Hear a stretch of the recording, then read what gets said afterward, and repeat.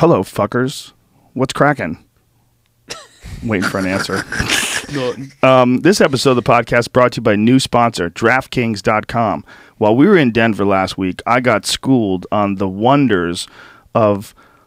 What's the best way to describe this? This new activity that a lot of you folks are engaging in called fantasy football. It's basically the premise of our friend Steve Renazizi's show, The League, and Jean Lajoie. Dungeons and Dragons for jocks. Yes, Dungeons and Dragons for people who are really into sports. And it's Jamie's a fanatic, and it was sad seeing him scramble to try to make his picks.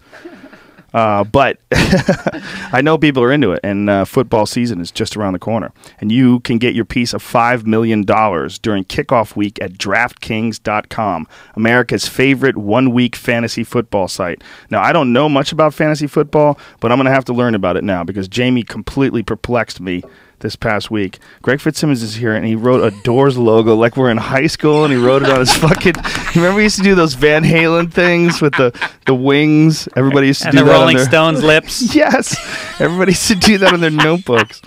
Anyway, DraftKings for fantasy football, folks. You've already been scouting players and doing research for your season-long team, so you can use that knowledge to actually win cash the first week of the season at DraftKings.com. Last year, one player turned $11 into $4,000 in one weekend. Oh, I heard about that. Another player won $1 million in one day just playing fantasy football. How the fuck did a guy win $1 million in a day playing fantasy football? Is that real? It must be real. It's in the ad. That's incredible. It's because he picked Shaquille O'Neal. It's rookie year. Well, fantasy football is exciting.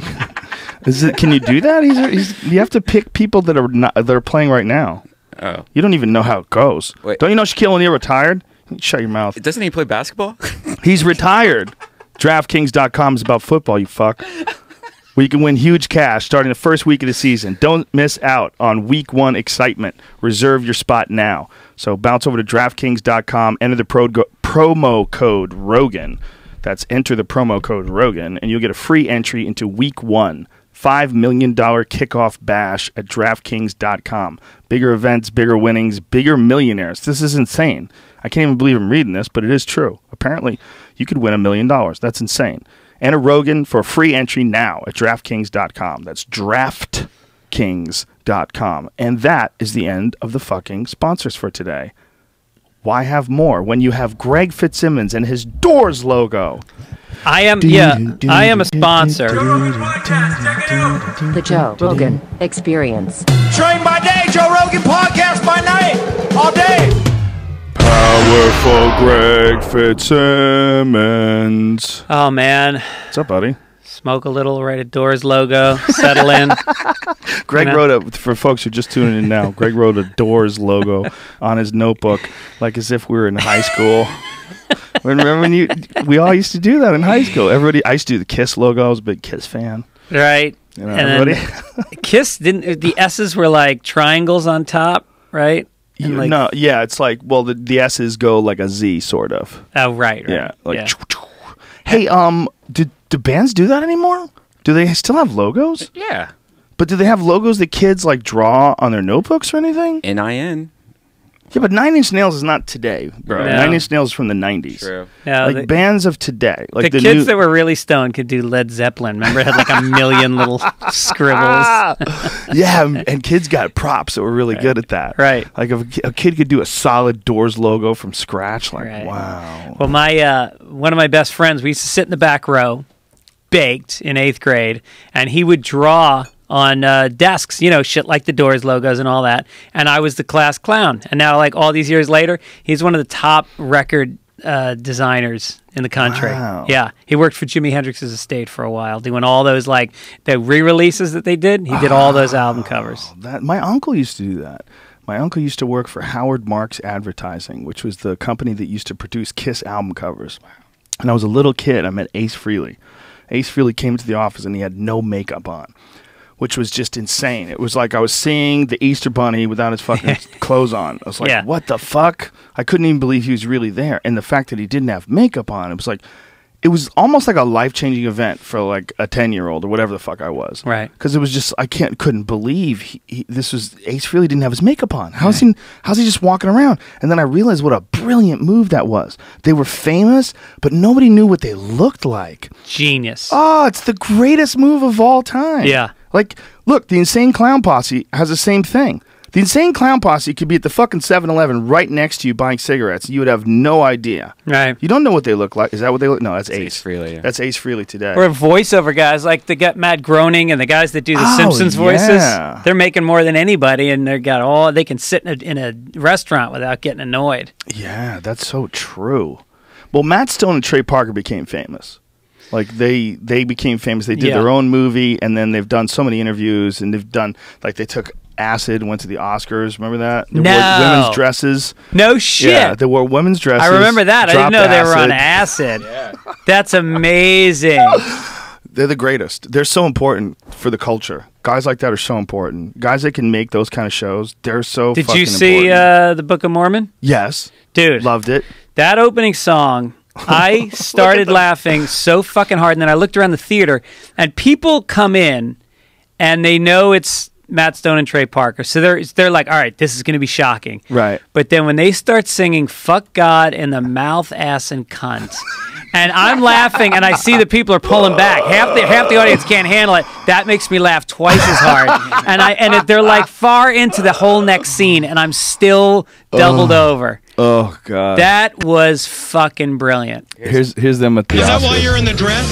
It's just such a magical evening, and everyone looks so spectacular. You know, we just wanted to be a part of it all. It's a night of magic. What?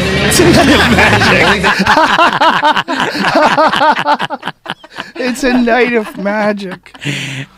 That's great. Dude, when they did that fucking South Park movie and Satan and Saddam Hussein were in bed together, and you see Satan's dick, and they're allowed to show his dick because it's fake. It's because it's rubber, you know. So they have like this rubber dick, but It was the movie. It's so ridiculous. Yeah. Well, come on, just suck my dick. It was so ridiculous. You're like, how are they getting away with this? They push so hard too. Yeah. Like one of the reasons why they get away with putting all their shit in the movies is they put a bunch of stuff in the movies that are so fucked up that they have some bargaining tools. Yeah. Like they'll cut out some of this other stuff that they weren't planning on putting in there anyway. Yeah. Like have you ever seen the full sex scene between the two puppets in Team America? No. They shit on each other. They piss on each other. I mean, it's crazy. He drops a log on her chest. It's so That's what they ridiculous. cut out, and That's then what they cut released out. it? Yeah. So the scene is insane already. It's already. I remember the scene's insane. insane. It was way over the top in real life, or the original version. But they do. I know they do that shit on purpose. Like we used to do that. Like Paul Sims used to do that on news radio on purpose. Like they would say penis. Like there was an episode where Bill McNeil, was Phil Hartman's character, had to say penis on the air. Yeah. And he said penis like 100 times, you know, and they put in like all these extra penises so they could trim it down. Right. And that episode like didn't air until the 3rd season. They pulled that episode. Yeah. They're like it's too controversial. Right. And then they aired it like in the third or 4th season. Did it seem weird? Like, did anyone like look different? Like out of nowhere, one week somebody had like purple hair instead, or shorter hair, or you know what I mean? What do you mean? Because it was a different season, right? No. Well, yeah, it would definitely look different. Like, you know, 3 years, people's faces change a little. Yeah. Just a slight amount. You know, it was, I went to the Phil Hartman had a Star of Fame put on the Hollywood Walk of Fame. He had a star, and I went there, and there were some people that I hadn't seen in 16, 17 years. Like, a lot of the writers and a lot of the people that worked on staff, and it was weird. It's like, wow, we're all getting fucking old. This is strange. Yeah. And we were laughing about it, but it is strange to see the weathering. Like, my friend Lou, who I picture as this, like, boy-faced young kid, is this hilarious writer, Lou Morton. He had gray hair. I was like, wow. Look at me. I'm getting Yeah. gray. No, we just got together, me and a few college friends. I hadn't seen them in years, and I looked around, and you start to think, wow, I must not look as good as I think because they look fucking terrible. And they're my peers. You know, one guy is fat as shit. So if you get fat enough, there is a key to aging where if you can put enough fat into your face, it's like Botox and you don't wrinkle, and you kind of have that youthful glow because you're just filled with oil. Well, you know, William Shatner allegedly does that on purpose. I could see William that. Shatner says, I put on 5 pounds a year. and 5 pounds a year keeps his face round. And I do it. I adjust for men, and I keep it fat. is that your move? Yeah. No, you're just coming up with an excuse for keeping it fat, bro. That's not true. Dr. Pepper 10. You can't say that, man, because William Shatner actually plans it, so you can't claim it. That is an amazing Yeah, I thing. told you what I plans it used to out. do when I wanted to get out of relationships. It's pretty much the same thing. You just fatten up. You fat them out? Do you ever remember that Kinnison bit about getting out of relationships? No. Oh, he had the best bit. He's like, he's like, I don't ever break up with them. He goes, I get them to break up with me. That way they feel bad that they left me when I needed them most. It's flawless. Like he did this thing where he says, I just stay up for weeks and do coke. And then one day goes, Sam, you're just not the guy that you were when I met you. And I'm sorry, but I have to go. And she leaves. It's flawless. She leaves. The best part about it, she feels bad because she left you when you needed her most. And you got to go out into coke for 3 weeks. Have you ever heard Maron tell the Kinnison stories? Oh, yeah, when he pissed on his bed. Well, just how crazy they were with coke. Yeah. Maron was on our podcast and he said that he heard voices in his head for almost a year.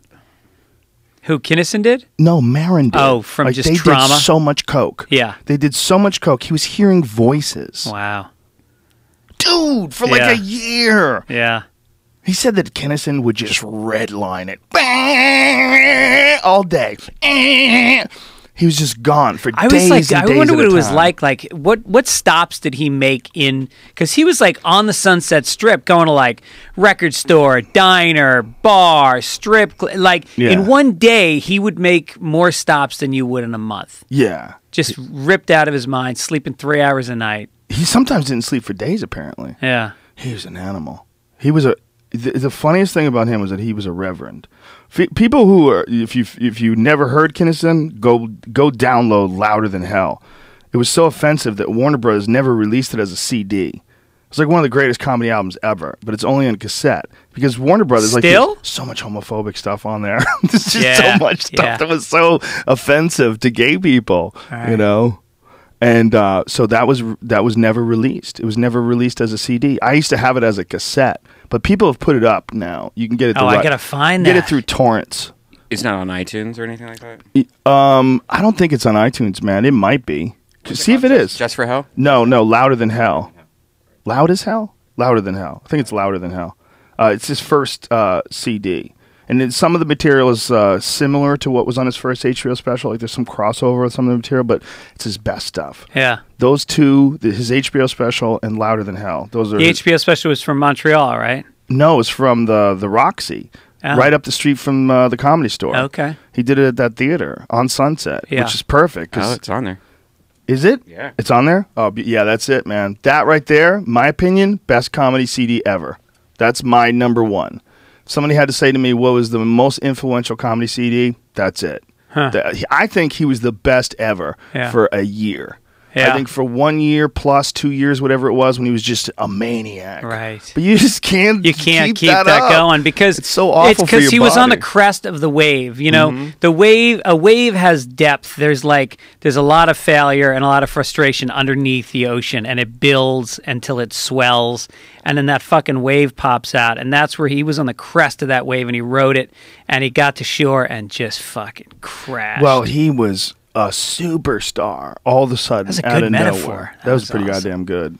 It's similar to Hunter S. Thompson's metaphor about what happened in the 70s. You ever heard that thing? No. It's done to it's great. It was in the movie, the Johnny Depp movie. Oh yeah. Fear and Loathing in Las Vegas, where he played him. Yeah. Johnny Depp did an awesome job of pull that up, see if we could find it. The wave speech from Fear and Loathing in Las Vegas. Did I just steal that? No. Oh, good. No, you probably never heard it. No. Did you ever read Fear and Loathing? No. Oh, it's so good. Johnny Depp was at the Comedy Store the other day watching Doug Stanhope. That's weird. funny. Really? Yeah. They're buddies. That's another thing, though, that he's another one. Hunter S. Thompson was another one of my all-time favorites. Yeah. He's another one that just burnt it out, man. Did you used to read him in Rolling Stone magazine, or you'd read his books? No, I read his books. Yeah. The first one I read was Fear and Loathing. It's not on? This is Strange memories on this nervous night in Las Vegas. Has it been 5 years? 6? It seems like a lifetime. The kind of peak that never comes again. San Francisco in the middle 60s. This is it right here. Was a very special time and place to be a part of. But no explanation. No mix of words or music or memories can touch that sense of knowing that you were there and alive in that corner of time in the world. Whatever it meant.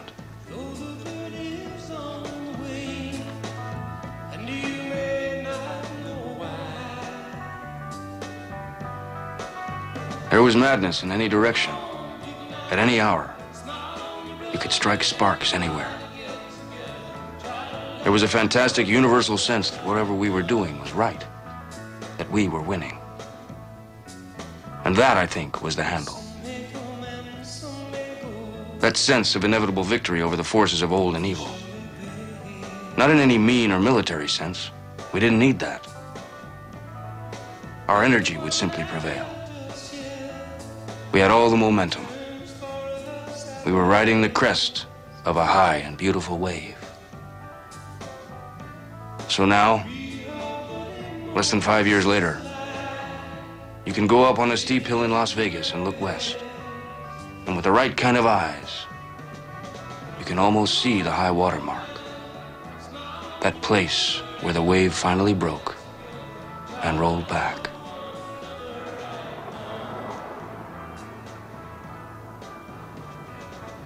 Johnny Depp's a bad motherfucker. He is a bad motherfucker. He's a bad motherfucker. Guy can act his dick off. Yeah. But that guy, Hunter S. Thompson, was real similar to me, to Kinnison, because he just burnt it out. Yeah. It was all coke. It was just coke and booze and just wah! And then he wrote a couple of great books, and then there was just nothing left. Yeah. And then towards the end, I mean, he was... If you've ever seen Hunter S. Thompson on Letterman, it's sad. Yeah. Because you literally can't understand him. Yeah. You can't understand the words that are coming out of his mouth. Like You think he just fried his brain, or fried it? Yeah. Cooked it, barbecued Yeah. it, sautéed it, minced it up, ran it through a fucking grinder, fried it again. And it wasn't just coke. He was just everything. pill everything. Everything. A lot of acid. Everything he could get his hands on. Yeah. He was a maniac. Yeah. There's a video or an article rather where a reporter followed him around and monitored his drug usage for the day. It's insane. Yeah. It's insane. I mean, it's. I don't know if this was a typical day, but this was this one day, and I bet it was a typical day because he always talked about it. I guess your system just gets used to it. Did you see him doing those hand things, like where he's going like That's this? Thompson used to do that when he was Yeah. right. I know somebody, a friend of ours, that does that all the time. And I Probably don't know. copies I can Johnny see Depp. that. Well, it's sort of like it's visceral. He may have some kind of learning disorder. No, he's thinking. He's Yeah. thinking. When he's thinking, he's like, Right. That's all it is. All right, here's his daily routine. 3 p.m., rise. 3:05, Chivas Regal with morning papers.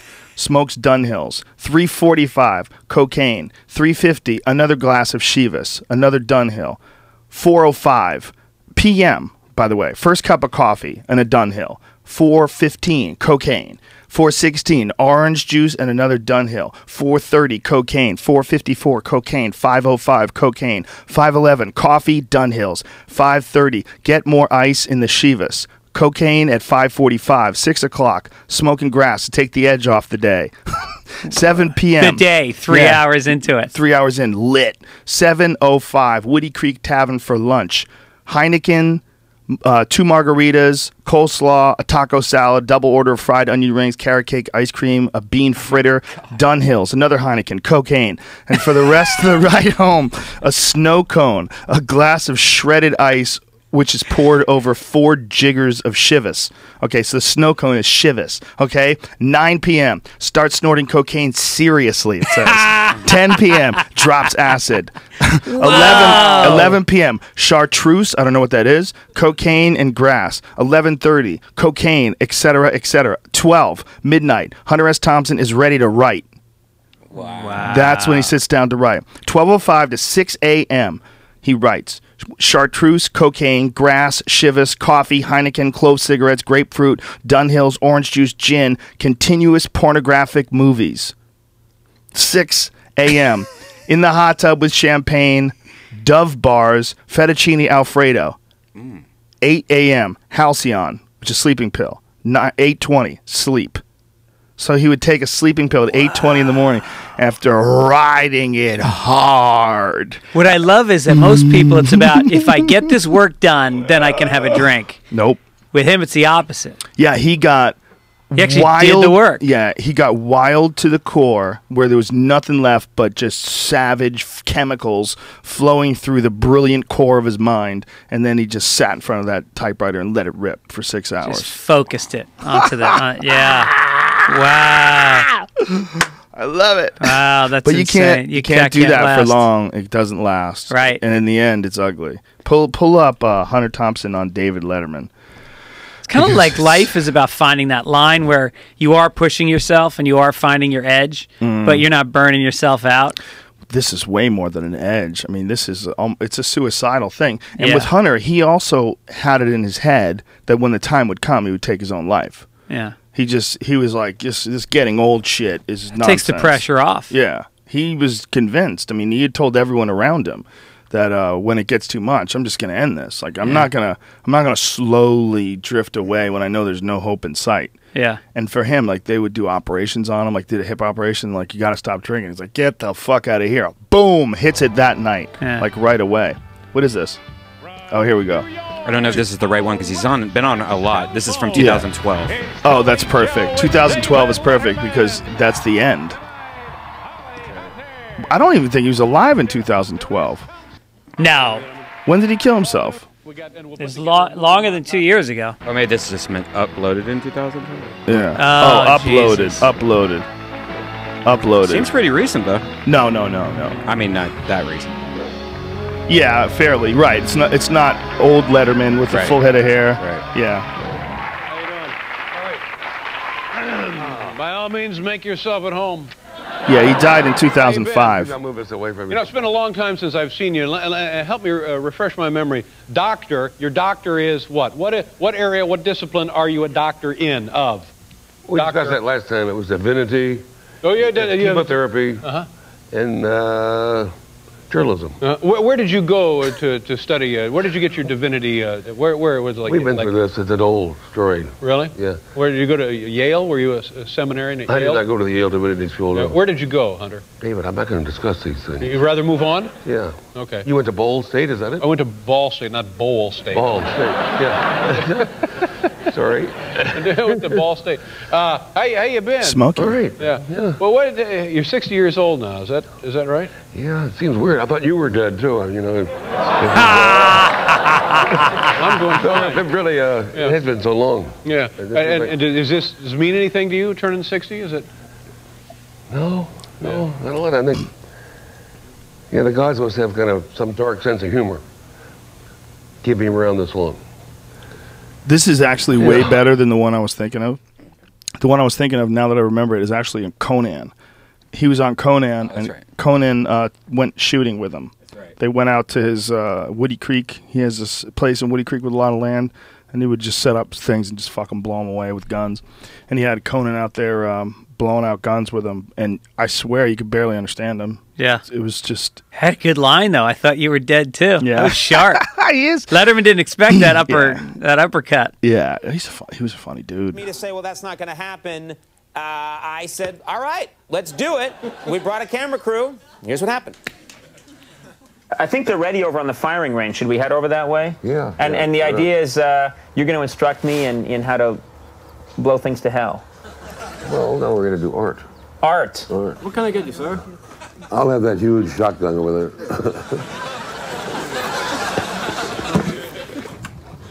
Good board, John. Thanks. Little more. Yep. A little more there. How about a little? Thank you. That's good. Shoot a few things.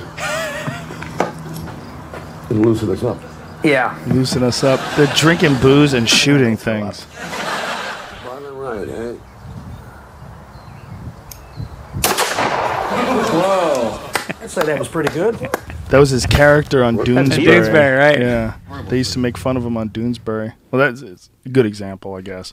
It's better as it gets on and he gets more drunk, I guess. That's probably why. Wow. Couldn't understand him. But if you go from that to what he sounded like how articulate he was when he was younger, how clear he was to understand. You know, like from the documentary Gonzo, Life and Times of Hunter S. Thompson. Yeah. There's some interviews of him when he was in black and white, and you know, you got to see what he was like as a young man. There's some serious deterioration by the time he got to 60. Yeah. And in perspective, Sylvester Stallone is 67 or 68, and he's shredded. Mm-hmm. You know, talks great, still doing action movies. You know, that just shows you the impact that Hunter put on his body. Yeah. 60, whatever he was there, 62. And just, well, and that he lived, so he actually has a strong, you know, he could handle that shit. Most people would have died of liver disease or killed themselves before. Well, 60's not that old, man. I mean, he was 62 when he died. That is, even think about it, that's 40-something years of pounding substances in your body. And probably not exercising ever. No. Eating exercise. Eating fucking Dove bars in a hot tub. Fuck, man. Fettuccine Alfredo at 8 o'clock in the morning. He was an animal. Ugh. Would you do that if you knew you could come back and you wouldn't be addicted and you wouldn't be dead? Would you take that lifestyle on for 1 month? No, I wouldn't want to feel like that. Yeah.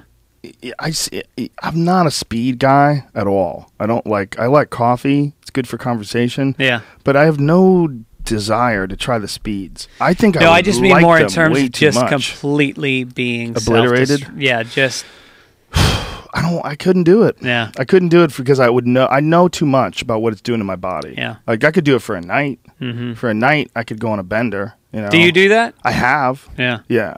I've definitely had some nights where I got just destroyed. But again, there's no coke involved. Nah. You know, it was mostly Jack Daniels or something like that. Just a few too many shots, getting crazy, smoking too much weed. But the big difference between that and what he was doing was he was doing it all day. I mean, if I would do it, it'd be like, you know, you start at 10, by 1 o'clock in the morning, you're basically done, and then you're like just trying to find somewhere to eat and sober up. Right. But this guy was gunning it all day like that, writing books. And he went 3 hours before he put solid food in his body. Yeah. And just drinking and doing coke, smoking Dunhills. I mean, I have too much carbs in the afternoon. I need a nap at 4 o'clock. I think part of me, like, I quit drinking a long time ago. Part of it was like I just didn't want to deal with the hangover energy. It's awful. It's one of the worst feelings. Such a waste of time. You just feel like such a fucking idiot. Like I just sacrificed several days. It's almost like say if you had a job that really sucked and you worked for like a week, saved up all your money, and then you went to the casino and you blew it in 5 seconds. Yeah. You're like, you fucking idiot. Right. All the time you wasted. It seems almost similar when you're hungover because it's like, what did I have fun for an hour? And then the last 2 hours were a fog, and then I threw up, and then I went to sleep, and then I woke up and I feel like death for 2 days. Yeah. What? That can't be worth it. Well, I can remember being young enough where I'd hook up with a one-night stand, shit-faced, get it done, never had a problem getting it done, always closed. Good for you. Good for you. And then waking up in the morning still drunk and then going for the morning sex and feeling good about it because then there's no hangover after the morning sex. There's just like a light buzz. But that's at, 21. Yeah, 2021, you're a different thing. You're a battery. Yeah. You're a full battery. Just Plus, you're free. You can't believe no one's telling you what to do. Yeah. You can't believe for the first time in your life, no one is telling you when you have to go to bed, when you have to be home. Like, you're a man. You're a free man for the first time. Those years are buck wild. Mm-hmm. Those years from whenever you get out of the house, whenever you're paying your own bills, whenever you have you're like, I guess I'm an adult now. Mm. I have a job and an apartment. Whoa. Yeah. And you're deciding when you go to bed? Yeah, in a way you feel like an adult, and in a way you feel like a little child because that little child gets to play and explore the night. Like, all of a sudden at 4:30 in the morning, you're not like now. If I'm up at 4:30 in the morning, I'm like, how the fuck do I get to bed as soon as possible? Then you're like, what else? What else can we stumble on? Is there a door I can knock on? Is there possibly a booty call I can make right now? Yeah. Who's got coke? How do you keep this thing rolling? And then it's like you mortgaged your house, and then on top of the mortgage, like when the coke comes into the picture, it's like now you're just taking out loans from Shylocks now. Now you're going to the worst loan sharks, and you're like, listen, 1 week, I'll pay you back. I'm paying it all back. That's how you feel when you do the coke. Yeah. The coke is the one that I ducked it my whole life.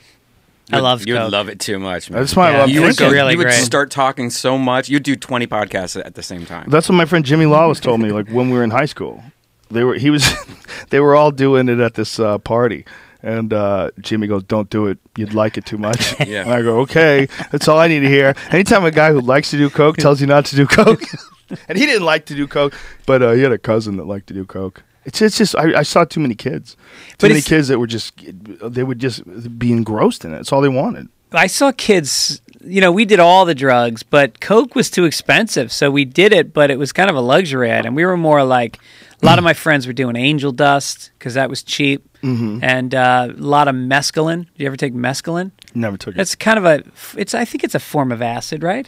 No, mescaline is a form of peyote. Oh, it is? Yeah. Yeah, it's very Synthetic colorful. You peyote. see a Yeah, lot of synthetic colors peyote. and you laugh a lot. Yeah, that's shit I never got a hold of. Those all like when that was going around, like mesc, that was all going around like post high school, like just after high school, when I was in my super healthy phase. Yeah. All throughout like from high school to like 21, 22, there was very little drinking, very little partying, very little. Like the occasional joint would come out if I had a couple of beers, but it was so rare, and I always felt guilty after I did it. Those were the healthy days. I was selling mescaline for a little while. This guy Andre, the blacker than your coffee cup, this dude, and tough, and he was like in and out of juvie homes, so he got me to sell it to my friends. So I would have a bag because like a lot of my friends were into the Grateful Dead, and we go to a Dead show, and I would just sell like 100 hits of mescaline, and so then one day, I guess I didn't even owe him money. Like he would give me a bag and then I'd pay him after I sold it. And time wasn't really up yet, but I came home one afternoon and I opened the front door to my house and I walk in, and we lived in a pretty nice house. And my mom is sitting with Andre in the living room having tea. And she never met him. He just showed up looking for me. And I was like, Uh-oh. What the fuck? That's uncomfortable. That ended my drug dealing days ended right there. Yeah, you don't want Andre embedded in your life. Imagine if you came home while Andre was banging your mom. Oh. Because he would do that. I know Andre. And she's on meth. I know Andre. Andre would do it. Andre. Yeah, he lit up her drink. He had tea with her, dropped a tab in her tea. Right. Now the doors are playing. Doo-doo-doo-doo, Riders on the storm. And you open the door and he's just fucking hammering your mom from behind. Father? Yes, son. I want to kill you. Father? Into this house we're born. Dun, dun, dun, dun. And you just,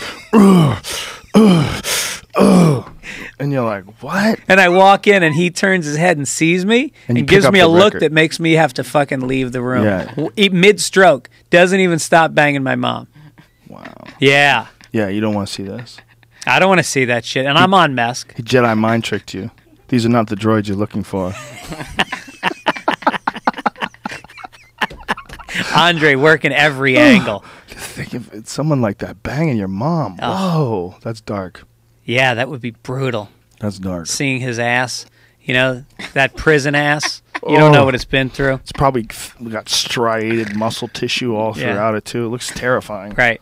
Like you think about the amount of force he could generate with that ass. Oh, my God. Yeah. Strong thighs, because he's walking around selling drugs. He's out on the street. Exactly. Constant motion. A lot of cardio. And now he's got the back of his thighs ripping and driving. You know that drive you get from the inside of your thighs when you're really fucking? Yeah. Oh, yeah. He's doing that to her. Oh, good Lord. Oh, is this airing? Lord. Is this actually going out? No. We'll edit that part out. Do you know on Riders on the Storm, he does one track singing and there's another track he's whispering? Really? It's really haunting. Time? Yeah, play it. It's like at the same time. We'll get pulled off of YouTube if we play it, won't we? Oh. And you never know Jamie's why that like, song... whatever. Let's just do it. Okay, well, let's see. I never knew why it was so haunting, and then you hear that, and it's like, fuck. At least Vimeo doesn't They pull did us off. cool shit back in the 60s when they were coming at multi-track recording. They were doing all kinds of cool shit. You know, the Beatles, backtracking stuff. Well, a lot of that was Phil Spector, that crazy Oh, is that fuck. right? His The wall of sound. Right. Yeah. if you don't know the Phil Spector story, Phil Spector was known for pulling guns on people. That was his thing. We'd always pull guns on people. Right. And he got back to his house. He picked up some woman, I think at the House of Blues. I think she was like a waitress or something. Got her back to his house, put a gun in her mouth, and pulled the trigger. And blew her fucking brains out.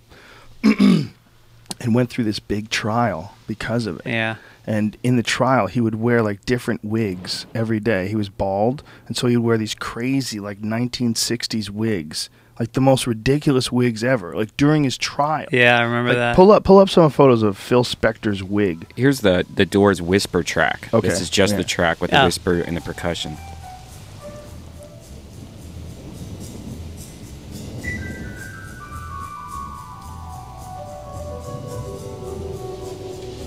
He was a sexy dude. Fuck yeah. Shirt, sir. Not cool. Riders on the storm. Wow. Riders on the storm. Into this house we're born. Into this world we're thrown. Like a dog without a bone.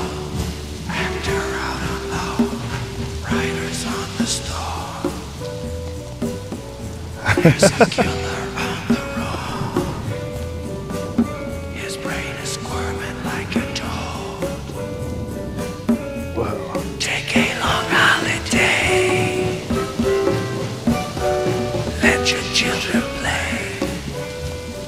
That's haunting. If you give this man a ride, sweet family will die. Killer on the road. Killer on the road. Condos. This is Phil Spector when he was in court. Yeah. In court for murder, and he's wearing that wig.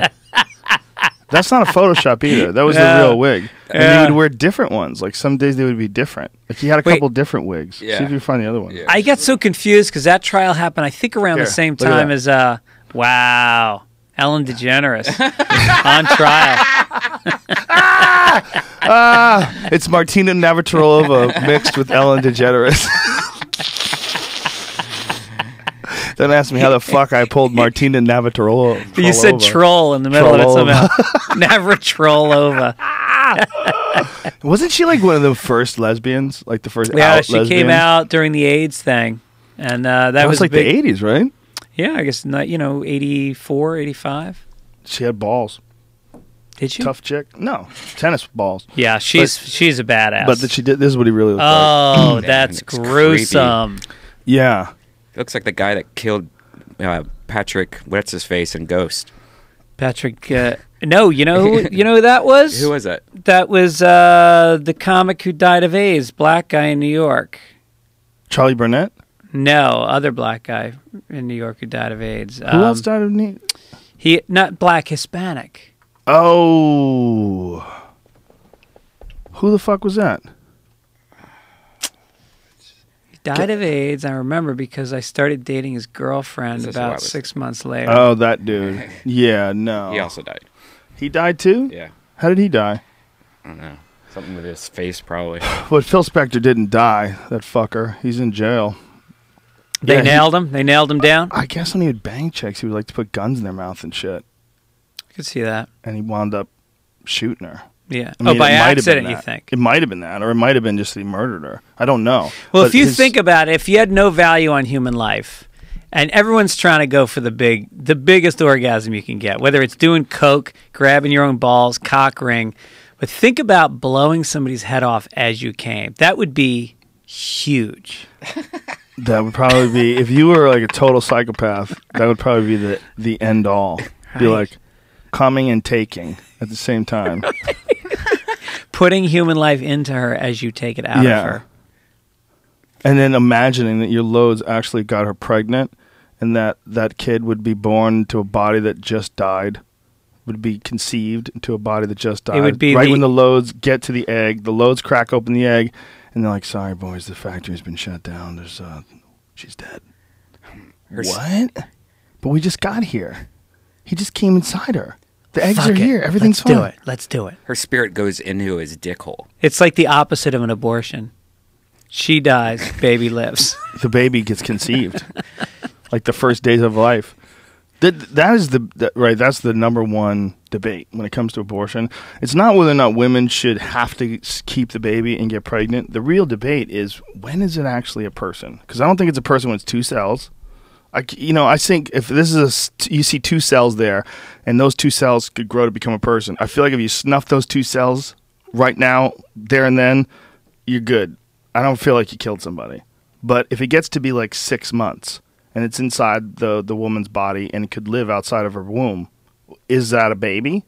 When? What? At what year? Or at what month, rather? Well, what Jonathan Katz used to say, I think life begins after the second cup of coffee. I think it's right out of the gate.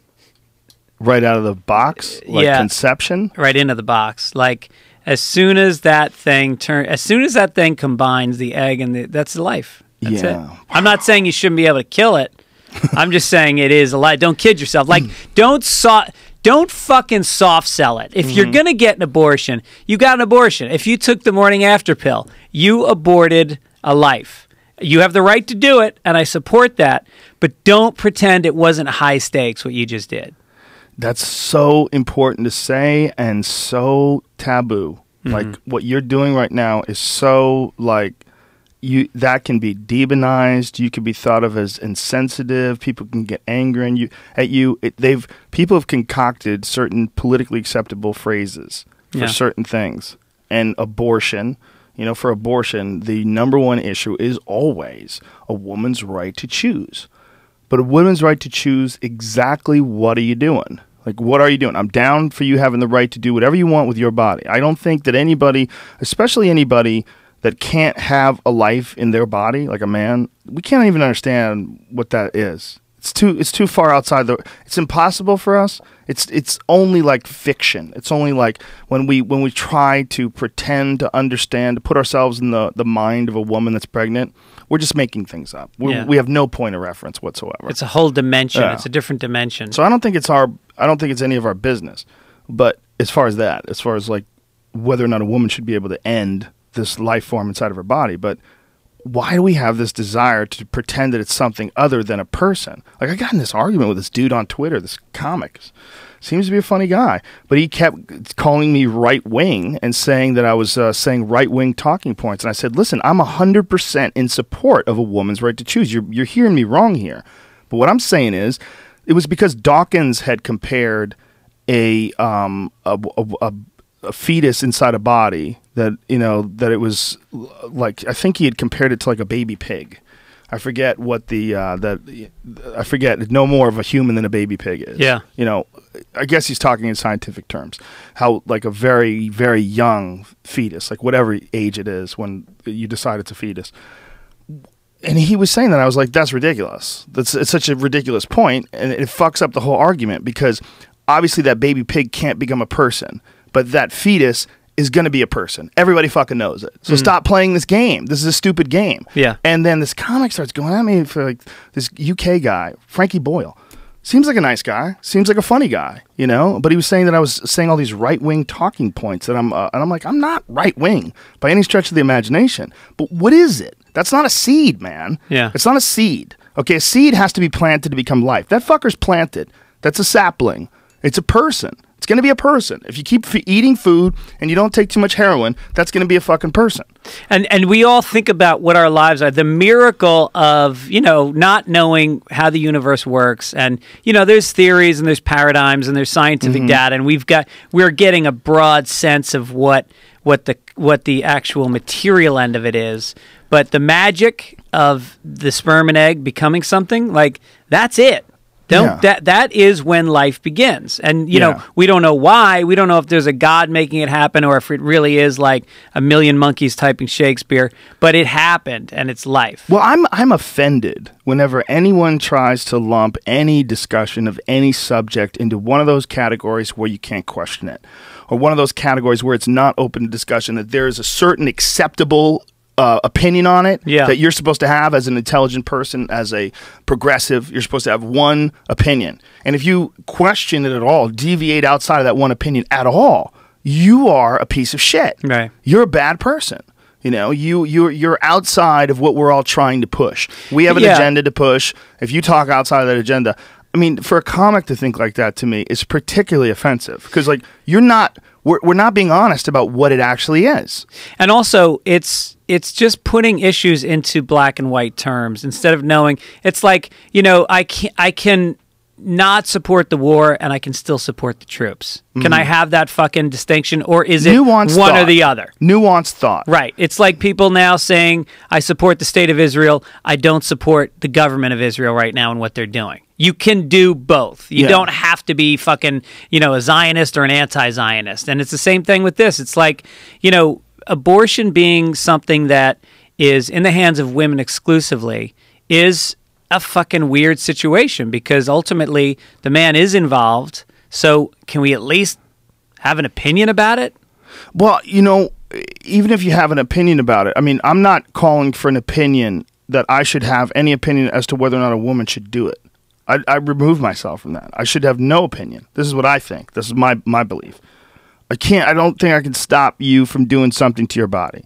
At a certain point in time, when is it immoral, though? Is it immoral when it's 9 months old? Is it immoral if you have an abortion the day before your kid was going to be born? That's a real question. And to pretend that's not a real question, I think, is preposterous. I mean, it's preposterous. It doesn't make any sense. Like, how can you not discuss this? You don't want this discussed because this is not in the framework of what you think is like progressive liberal thought. That becomes a problem. No, I've been doing this bit where I ask the women in the audience, do you support a woman's right to choose? And then they almost all clap. And then I say, and how many of you have had abortions? And nobody ever fucking claps. And I was like, you know, that's a right that's under attack. And if you are ashamed to say that you do it, you're going to lose that fucking right. Like I'm ashamed that I masturbate, but you outlaw it. I'm walking down Main Street with my dick out. Like, hell no. So, I mean, I think that's the thing about abortion is if you shroud it in shame, which the Republicans do, and which women are owning and absorbing, they shouldn't internalize it. They should say, no, I've had abortions. I don't think it's any of our business. I think the thing about asking someone if they've had an abortion is like, you know, you're asking a very intimate question to someone where it's probably an opinion or a decision that they had to make where maybe it wasn't a happy time. You know, maybe it's a dark moment. And so you're asking them to tell you, some person that they've never met, that they have this dark memory, that they have this thing in their life that they're not happy with. Like, just because everybody has an opinion, or just because, you know, someone has an abortion, rather, it doesn't mean that the way they look at that abortion is a happy thing or a relief or something that, you know, they would do again. It might have been a mistake. But it's been framed as a political issue, and so but they will that personal thing that they don't want to talk about. If they never talk about it, they're not going to be able to do that personal thing. It's not about talking about it. It's about admitting it in public in front of a bunch of strangers at a comedy club where everyone's drinking. And what percentage of the population are absolutely assholes? It's asking way too much. It's asking a lot. It's asking way too much. I am very curious in that moment. I know. And once I just want to see a woman just start clapping in the middle.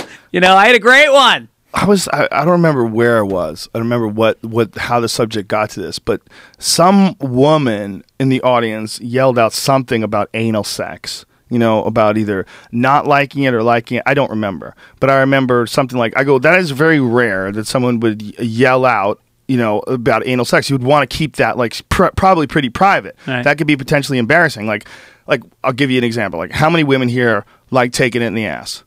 And I thought, and a couple that actually clapped and yelled, and I was thinking, any girl who would clap and yell when that question comes up, how many women like taking it in the ass? Like, that's a girl who really likes taking it in the ass. I mean, she's completely comfortable with it, where she's like, look, I'm the girl. I'm that one. And if you're looking for that 1 out of 100 that asked for it, here she is. Right. You know? If you don't know what you like, how are you going to be happy in life? And then you got to put that message out there. Well, that asshole's not filling itself. You need to be a hawker. You got to hawk your own asshole. Well, you got to let everybody know you are that special person. Yes. That rare person that likes it in the ass. Because some guys, you're afraid to even try it with your wife. You know, you could go 20 years and then all of a sudden, maybe on your 50th anniversary, you try to stick it in her ass and she's like, thank you, finally.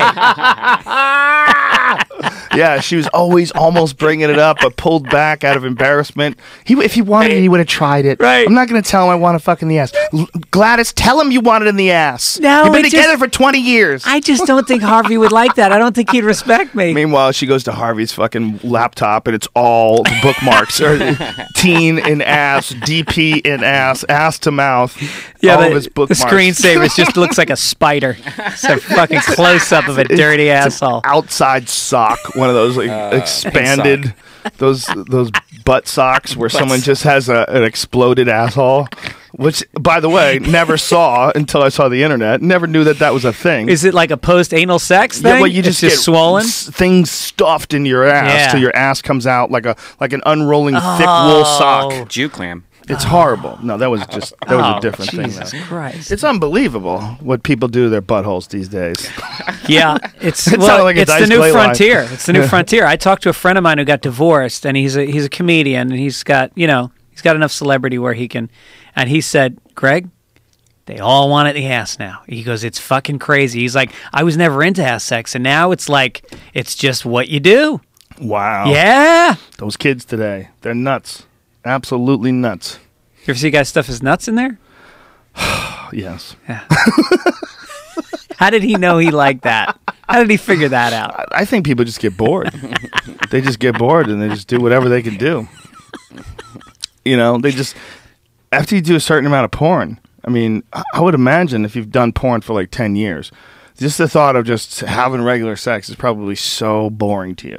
Yeah. That's when they want to like put on flippers and shit and fucking snorkels and fuck in the tub, and they want to just do ridiculous shit. Yeah, they want to put pinwheels on their nipples and put a bullet, one of those target signs on their asshole and have the guy run across them because they're artists. Everybody, no matter what you do for a living, you should feel like there's a level at which you can do it as an artist. And I think there are porn stars that really want to, like Belladonna. I think they really want to actually do something that's creative for them. Maybe. It's possible. Pregnant porn? Come on. Yeah. Pregnant porn and probably many things up her ass while pregnant. Many. Well, yeah, she won Best Double Anal once. No, Best. she won Single Anal twice. Oh. I got confused. Yeah, I was thinking, man, that's probably one of the toughest jobs for people to forget you from. Like, say, like, if you were the host of, like, American Bandstand, and you were on TV for a long time doing American Bandstand, you could quit, and millions of people saw you on American Bandstand, and within a decade, nobody will really hold it against you that you were on American Bandstand. They won't define you by that job.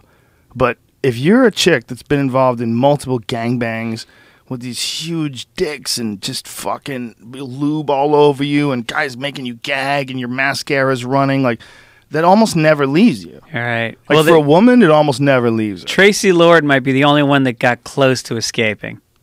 Yep. She got close. Yeah. She got in mainstream movies, and she turned out to be pretty intelligent, so she would go on shows. She did music, too, I think. Did she? Yeah, I think she was, like, producing music. Debbie Harry, I believe, did porn. What? Kim Kardashian. From Blondie? From Blondie. Really? I'm No, not I never heard positive, of but that. I believe she did porn or was a hooker. Well, the sex tape thing is the most amazing loophole. Like, that you could just say, I didn't know how that got out there.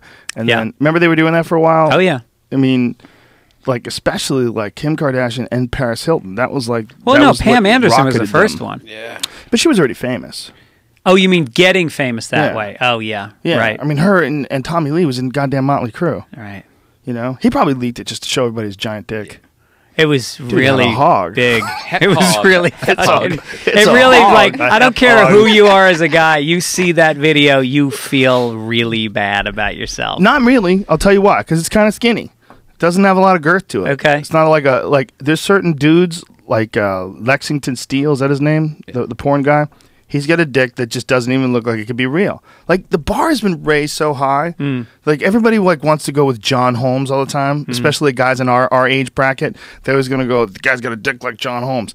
Let me tell you something. John Holmes barely has a big dick compared to some of these dudes. Yeah. I mean, his dick's big, but that's like average big. Do you think Like, there's anything they do to monster make dicks them now. bigger? Is there like steroids Genetics, or something? evolution. It's just the finding porn bigger stars dicks. are evolving, just like the football players are evolving. Right. Yeah, they're giant dick dudes now. Yeah. And silicone. They happen to be black. What? And they inject silicone Into their Do dicks? they do that? Yeah. Is that true? Wait a minute. Do you know this for a fact? 'Cause 100%. if you do, pull up a link. 100%. We've already talked about it. Go get some links. Injecting silicone in your dick. I don't think that's a common practice, son. it is. That makes your dick all lumpy and shit. No, it's actually used a lot more than you would think. What? How do you know? How many dicks you inspected? Kid's got a new I've business. talked about this a lot They're on inspecting Triple X dicks. Squad. Well, that means it's real. Well, As Dana, long as you talked about it. man spends 6 years injecting silicone in his penis. Well, of course, there's instances. I'm just wondering if Yeah. the porn stars do it. Yeah, I don't think that's what's going on, dude. Those dudes swear just to have God, giant dicks. I swear to God. But that's not what's going on. These guys have big dicks. It's not making your dick look like their dick. It's just not. They have giant dicks. If they do something to it, maybe. But these dudes, even when they're limp, they have these giant fucking dicks. Unless you can find a link. Yeah, there's tons of them. I just can't really show you them. Well, just article or something wait, that here. says what they do. Oh, I could show you by block putting your logo up so no one can see it except us. Okay. I'd like to see CSI do a fucking Silicone search Oh on yeah, this is a on Red porn Band's site hard though, drive. dude. This Yeah, is a porn site. that's what This I'm is saying. guys sucking guys' dicks on a porn site. That's not proof that they're shooting. Dude, if it was something that they you did get all the the Mac time, you Keeper. could find a Google result of it. Yeah, they're Porn stars inject silicone into dicks to make them larger. Find that and then come to us. You know who had a really big dick? Who? Dick Doherty. I bet he did, Dick Doherty. It was. Remember, he used to do fucking 15 minutes on how big his dick was. I wake That's up in right. the morning, there's goats on it. That's right. And he was this guy who he had to be in his 60s when he was doing Okay, well, those hold on. jokes. Pull that up so we can read it. Okay. What does it say? Silicone penis pumping parties yeah. are a thing and they're no good. Okay, I got to read this on my laptop so I can read it. Silicone. Illegal penis Penis. pumping parties are becoming increasingly popular. Illegal. Imagine being the cop that busts Imagine that if they're one up. regulated. Oh, you have to have a license for a fucking silicone penis pumping party. Put your we're hands applying- behind your back. I'm applying for a license for a silicone penis pumping party. Pumping parties involve one person injecting non-surgical silicone into another person's body. Usually the silicone comes from items found in your local hardware store, like Fix-A-Flat or tire polish. And they inject it. Well, you better really enjoy Yeah. that night. They use pumping party. Women in the past have used pumping parties to enhance the sizes of their butts, but lately more and more men have been doing it to their penises. Oh my god! Oh, I've heard about women getting. You know, they go to like Spanish Harlem and they go to like a storefront upstairs, and they inject caulk, and then it petrifies, and they've got these Oh my god! hard lips. All right, Jeremy, show That's you so an crazy. actual guy that has silicone in his dick from a porn video. Gotta censor it for the home people. But Okay, they're saying it doesn't work. If there was a legitimate method for penile lengthening, Johnson & Johnson or Pfizer would have bought it up and made billions and billions of dollars worldwide. The fact that they don't means it doesn't exist. So what they're saying though is this is not. So that's saline, bro. You got the wrong substance. That guy has saline in his balls. That's a common thing that they do too. Yeah, we What get it. I think saline we is. get the video. All right. It's just salt water. So what they're saying is that people are idiots and that they get together and they shoot saline in their dicks. But these are the type of people that they're nuts. I mean, there's people Yeah. that cut themselves and put horns in their head, and this is not like something porn stars do to make their dicks bigger. what's his face? They're saying also that it doesn't work. Your friend, the porn star guy that did Rear Tyler Factor. Knight? That did Rear Factor. Stephen Stephen St. St. Croix. Croix? He's the one that also talked about it. We've talked about it many times on different podcasts before. It's supposedly it is a thing in the industry that people pump their dick up with like this shit. I can't imagine that it would work, though. It doesn't make any sense that it would make it. Look, I'm telling you, if you see Lexington Steele's dick, and I'm not saying go look for it, but you will, and if you do, you're going to go, oh, that ain't fake. That is not a big fake siliconed up weirdo dick like a fake lip. That's a dude with a giant dick. Right. And he's only one of many. Right. Like the Johnny Holmes, my point was that the Johnny Holmes reference that we had when we were kids, that's no longer the benchmark. These guys have way bigger dicks than John Holmes. If John Holmes was in one of those gangbangs with those guys, he would look like a guy with a big dick. That's it. They all have big dicks. Yeah. These guys have giant dicks. Some of these guys, you can't believe that they can own a dick that big. Like, what do they do with it when they're not using it? They laugh. Here's all day laughing at the goodness that the world has given them. Here's an article on Your Tango. It's an interview with a male porn star, and one of the things he says, sometimes dudes can't get it up, which is a problem on a porn set. No surprise there, but apparently you could build up tolerance to erectional enhancers like Viagra. The solution, inject your dick. Yes, with a needle. With more an intense liquid medication that works instantly and leaves your underside of your cock filled with needle holes. Yeah, but you're talking about the wrong stuff. This is stuff that's been around forever. Right, They've been doing that forever. I think there's in the old days they used to do it, I believe, with testosterone. Like someone said they inject testosterone right into the base of their dick, and their dick would go.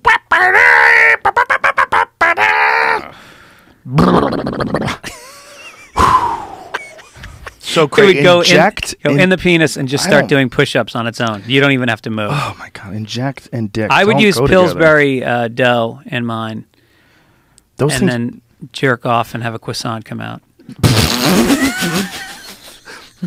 Are you cooking it in there? How hot does your dick get? But you know, that's a thing that people do. Your wife's like, why do I have a yeast infection again? Specifically? There's a thing that people do where they drive for long trips and they'll put food on their grill or on the engine block, like wrap it in aluminum foil, put it on the engine block and cook it as they're driving, and then pull over and eat the food. That's genius. Yeah, and it works. Of course. Like you could take like a tilapia, a little slice of butter, some garlic salt, put that bitch up in there, fold it nice, put it on your engine block, and then the other one you roll up some asparagus, put that also in the aluminum foil, and then drive a couple of hours, pull over, and have a nice dinner. I wonder how long it would take to You need a cookbook. Like somebody should come up with a cookbook for cooking times and what part of the engine to put it on. If you have a V6, cooking time is only 12 minutes. Right. If you've got a Prius, it's 4.5 hours. It doesn't get hot. If you have a fucking old Mustang, you get it off in 5 minutes. Hit the gas once and eat. Those like a GT 350. Those fucking things got so hot. Those old cars got so hot. Well, I had this Volkswagen Rabbit back when I was going from New York to Boston pretty much every week. Wow. I had a Volkswagen Rabbit, and they used to have the starter right next to the engine block, and so it would get heated up, and if I stopped, like at the Mass Pike, rest area, it wouldn't start again because it was so fucking hot. The starter was just like incapacitated, and I have to wait like 40 minutes to start the car again. So I would just leave the car running in the rest areas. Whoa. That's a bitch. Right. I used to have one of the things that I loved about having a manual transmission is I didn't need the starter. That I could pop Roll the clutch. It and pop it. Yeah, that was a big thing, man. I wonder if I could do that with a new car. Does that work on new cars too? There's probably all kinds of safety things. I wonder if it works on new cars. I should try it on it is a on my huge car. upside of having a standard. Oh, it was giant. I loved it because my car ran out of batteries before. I forgot the lights. Yeah. I left the lights on, and all I did was get that. I did it backwards once. Oh, yeah? Yeah. Wow. I don't know how the fuck I did it. It was a backwards shitbox into car. reverse or backwards into reverse? Yeah. Backwards into reverse. It Wow. works. It works great in first. First is where it really works.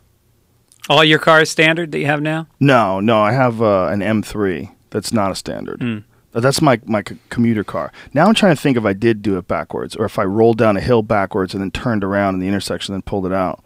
I did it so many fucking times, I don't remember, but I had this Audi Fox.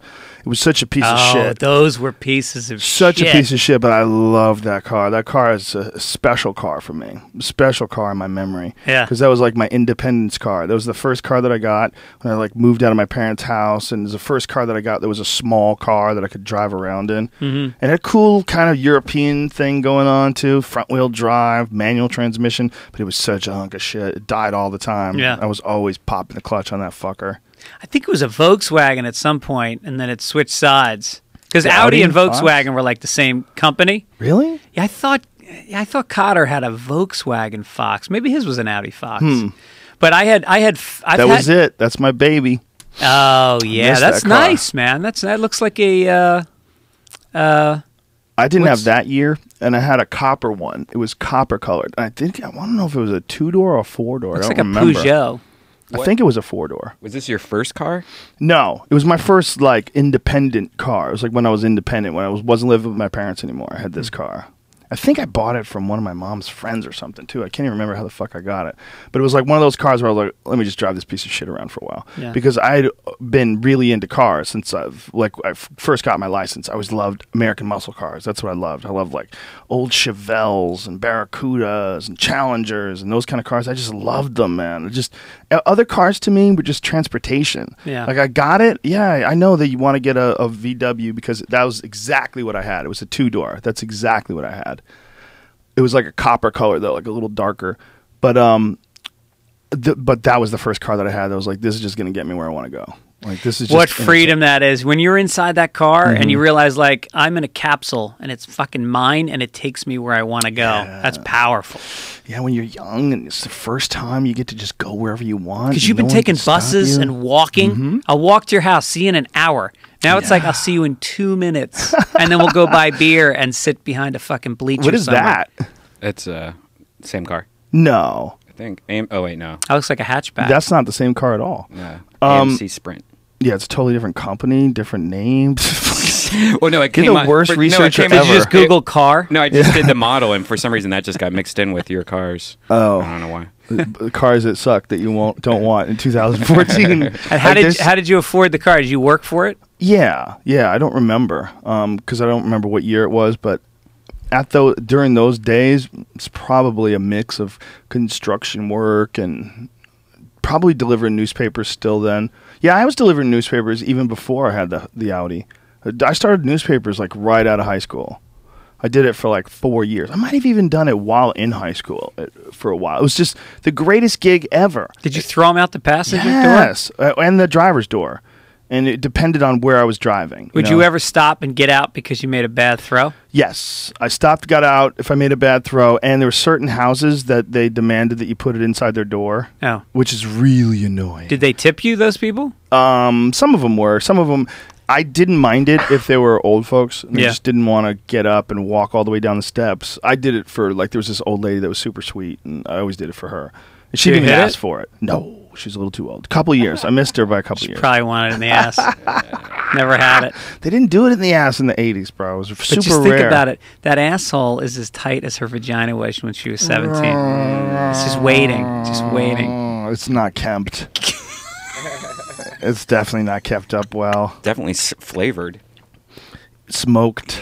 And you know, with that arthritis, tastes like arthritis, she's not getting a good wipe going back there either. Barely. Getting one finger in the groove. No one had anything but toilet paper back then, and even in porn, girls had hairy assholes back then. Remember that? In porn, it was a jungle. They just left it alone. There was no trimming. No. And then one brave gal shaved the whole cooter, and then from then on out, it was no turning back. Now it's weird if you see it. Have you even been? Well, I guess not. But have you, like, lately? If you see it, it's kind of like, what the fuck? No, that's a thing now. That's a thing. Is retro bushes? Bushes, yeah. Bushes are making a comeback. Not huge bushes, but you know. A little bit of jungle. Yeah, a little bit of jungle. Forestry. Just a little bit of rainforest. Local park. Just a little triangle of green in the town square. Just a little something. Make it interesting. Well, people will try to change it up every now and then with everything. I mean, remember when they tried to bring bell bottoms back? There was a time where dudes were wearing bell bottoms again. Didn't last long. It was only a couple of months. But people were just trying. Yeah. You know? And people accused me of that with the fanny pack. But I tell you this. First of all, I never stopped wearing a fucking fanny pack. Ever. So you can't tell me that I'm trying to bring it back because it never went away. Is it back? I've always been, fuck yeah, it's back. It's back? Matthew McConaughey was at a baseball game wearing one, and he was singing the virtues of the fanny pack. I sell out of them on higherprimate.com. Sell out of them every month. I hate having shit in my pockets. I love the fanny pack. Fanny pack's fun. You want one? I got one for you. Yes. Right here. Yes. Jamie, get it for him. Oh, I love it. It's leather, No, too. my kids laugh at me because I have one, but it ripped apart. Yeah, see, that's a decent one. But the Roots one, I got the Roots one from Dice. Roots is the best fucking company. It's a great company. They Canada. make good bags. Yeah. They Dice came in, sweatpants, cigarettes, fanny pack. Oh! And so he comes in with this, look at that. This fucking fanny pack. It's a sweet fucking fanny pack. Oh, that's elegant. 2 legit pockets in the front. That is elegant. High quality, It's got everything like an an great airplane latch. buckle. Excellent latching system, and it's really high quality. It's the best quality fanny pack I could find. And so I had my Higher Primate logo. If you look on one of the pockets, see the chimp logo with the light bulb above his head? Yeah. That's the Higher Primate logo. So I had it embossed, whatever, with pressed, whatever it is, into the leather. This is real leather. Oh, fuck Smells yeah. great. Yeah, those are high quality, man. But if you wear one of those, like, it's so convenient when you go to the airport. My God. Yeah. Because when you go to the airport, it's such a bitch to take everything out of your fucking pockets and put it back in. Chicks don't have to do that. They just lay down their purse and they walk to the other side and they're good. You know, Well, for a guy, anywhere, it's like, because I like my glasses. They're sitting on the table right now. I'll probably forget them. That happens to me every fucking day. Yeah. This way, I stick them right inside my fanny pack. Chow, pow. God damn it, Your I'm phone happy right slips now. right in there. When it vibrates right over your dick. Reach down, touch it, pull Call it out. me. You wait till it's like Somebody 4 or 5 rings in, then you pull it out.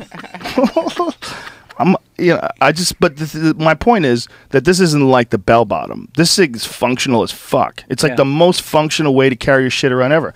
And the reason why people don't do it is because they're worried that they look bad. Is it a conversation starter, do you find? Yes. Most certainly is. Yeah. Yes. People go, right on, man. I go, yeah. That's right. Fuck everybody. Fuck 'em. Remember It's great. Rosie Greer in the 70s started carrying a purse? Did he? That giant fucking linebacker? Who's going to say shit to him? Nobody. Exactly. Yeah. You don't need a backpack. It doesn't need to have 2 handles. Yeah, right. But the real deal is a backpack's better than a purse. And you're allowed to wear a backpack. Like if a guy has a backpack on and, you know, you run into some friends and one of them happens to be a girl, nobody gives you a hard time. But if you had a fucking purse on, they'd be like, what's up, bitch? Yeah. What are you doing with that purse? Holy shit, is that Chanel? The fuck is wrong with you? Right. You don't have a woman anywhere near you. You're just walking around with this. Yeah. And if you are a guy and you have a purse, you got to carry it like this, like out to the side, as if it's a head that you just cut off with a fucking sword. Like it's smelly garbage you're bringing out to the curb. Yeah, I'm carrying this because I'm going to get some pussy at the end of this fucking journey. I got this in my hand, and when I bring it back to her, I'm going to fuck the life out of her. Like that's Every second Yeah. I hold this is another second I'm inside of her skull with my shaft. And plus, you could do like some good shoulder exercises. Just do some handoffs as you walk with the purse. Because a lot of chicks have fucking heavy purses. You know, you can get a lot of shit done. The bigger the pitch, the bigger the purse, the crazier the woman. Also, So true. Yeah, right. That's so true. Right. Yeah, but those chicks that have like little tiny like clutches, those are the chicks that can just fucking. They'll come over your house, fuck you, and they'll all right, take care. I gotta hit the airport. That's it. Those chicks travel light. They got a handy You know? wipe in there for the undercarriage. Yeah. Whoop. Otherwise, Give it a it's just a little boarding fucking- pass. Give it a little fucking one of those sanitary things. You go to the, those Purell. wipes, After ribs. Purell wipes. after eating ribs. Whoop. Yeah, after ribs, the things you get at Wood Ranch. Give it a little wipe and it looks down. the same. Yeah, fuck it. Let it go, and then get on that plane. World travelers. Some people do travel like that. Dom Herrera buys all his underwear and socks everywhere he goes. Is that throws true? them out. Yeah, throws them out. So that sounds like an effort, though, to find a place that sells Not really. underwear. And He just pulls in somewhere when he gets there, gets some socks. what is he renting a car to I don't know. go to the gig? I don't know. I mean, I bet he does in some places for sure. You know, but I always rent a car. Do you rent a car when you go places? Rarely. Rarely. I go to the hotel and I just hole up You and get get trapped. depressed for a few days. I know. You keep telling me I got to bring someone on the Now The road. way with we it- do it, man, we do it so different. Now with Uber, you don't need Yeah. it to rent a car, really. That's true. Yeah. But then you got some crazy dude driving around that's probably barely been fucking profiled. Right. You know, they barely Yeah. checked that guy out. Yeah, right. And he's, all of a sudden He's got no driving you gas. around. You run out of gas. Robert Downey Jr. with a purse. Yeah. It's probably See, his I don't know wife's about purse. that one. It's probably his wife's purse. Yeah. Or he's Robert Downey motherfucking Jr. and he's got $1 billion. He doesn't give a fuck. Yeah. But the purse hanging around the arm seems like a pain in the ass. That seems like you're stuck with your arm like that the But whole it's time. a good exercise. It's Yeah. good for the arm muscles. Right. Put a kettlebell on the other one. On it, Yeah, purses. put a kettlebell in it. I have a bowling ball case that I carry with me when I go on the road. I bring a kettlebell in it. I throw like a Do you really? throw a 50-pound kettlebell in that bitch. Check it. Shut up. Yeah, seriously. It's on a roller and everything. So you can do kettlebells when you get to the hotel. Otherwise, where are you going to get a kettlebell? Wow. It's hard to get a kettlebell. Have you ever tried one of the water ones where you just pump up with water? Those are not strong enough for this, son. that's You got to look. You got to what feed I'm that. fucking handling That needs to be here. fed. This is you can't. This water's not gonna. You need something much larger than water. Water's not heavy enough. You need metal. There you go, son. Look at that. Brian's working out. Yeah, it's good. You The get- you fist need- was shaking a little bit. It's some hotels have great gyms. When a hotel has a great gym, it's a godsend because you don't have to go anywhere. It's right there in the building. When they have great 24-hour gyms, that's amazing. Oh, can you do that? You do the midnight workout? Oh, I love it. No shit. After shows, I love an after show weightlifting session. Wow. Yeah. You go for a while? Yeah, you know why I do it? Because I don't want to do it. Because after shows, I want to just do nothing. So Yeah. every now and then, I like to exercise that part of me that doesn't want to do something. Huh.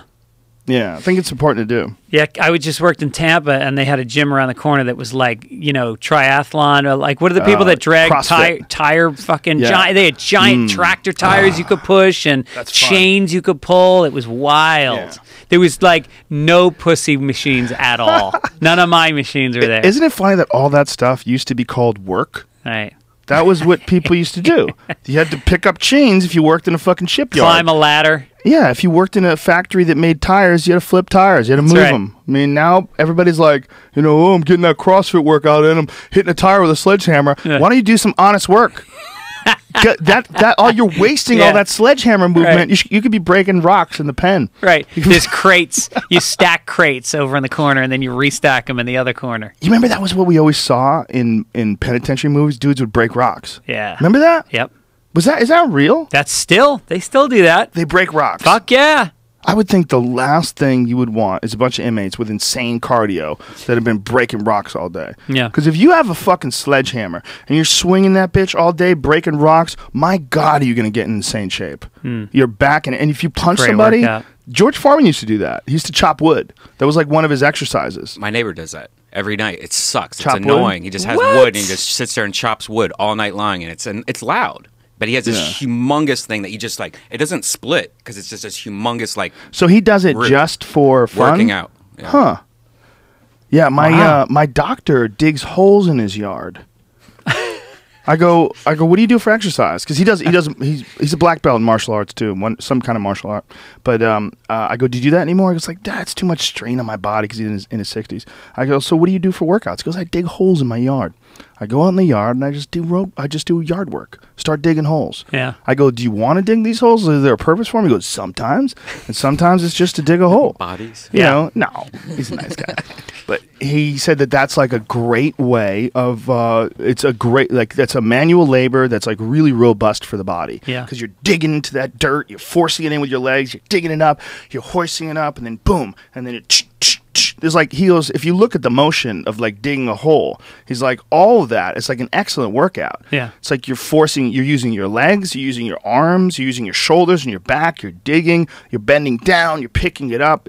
All these muscles are engaged. Also, when it's an activity, then you will push yourself further than if you were just lifting a dead weight. Right. There's no creativity. There's no beginning, middle, and end to it. Mm-hmm. But when you're shoveling, or even if you're busting up stones, there's like, I'm going to bust this fucking stone up. But I would think busting up stones would fuck your face up and your body up. You get hit with shrapnel and shit. You'd probably get cut. Your ears are just deaf by the end of the day. You'd have to have some shit in your ears. And you know the handle's getting splinters on it. They're not giving you good hammers. They probably give you gloves. Don't you think they give you gloves? Maybe. But I got news for you. Even with gloves, you're going to get blisters. Yeah. You swinging a hammer all day, a sledgehammer, breaking rocks, and you're doing it 5 days a week or whatever they make those guys work.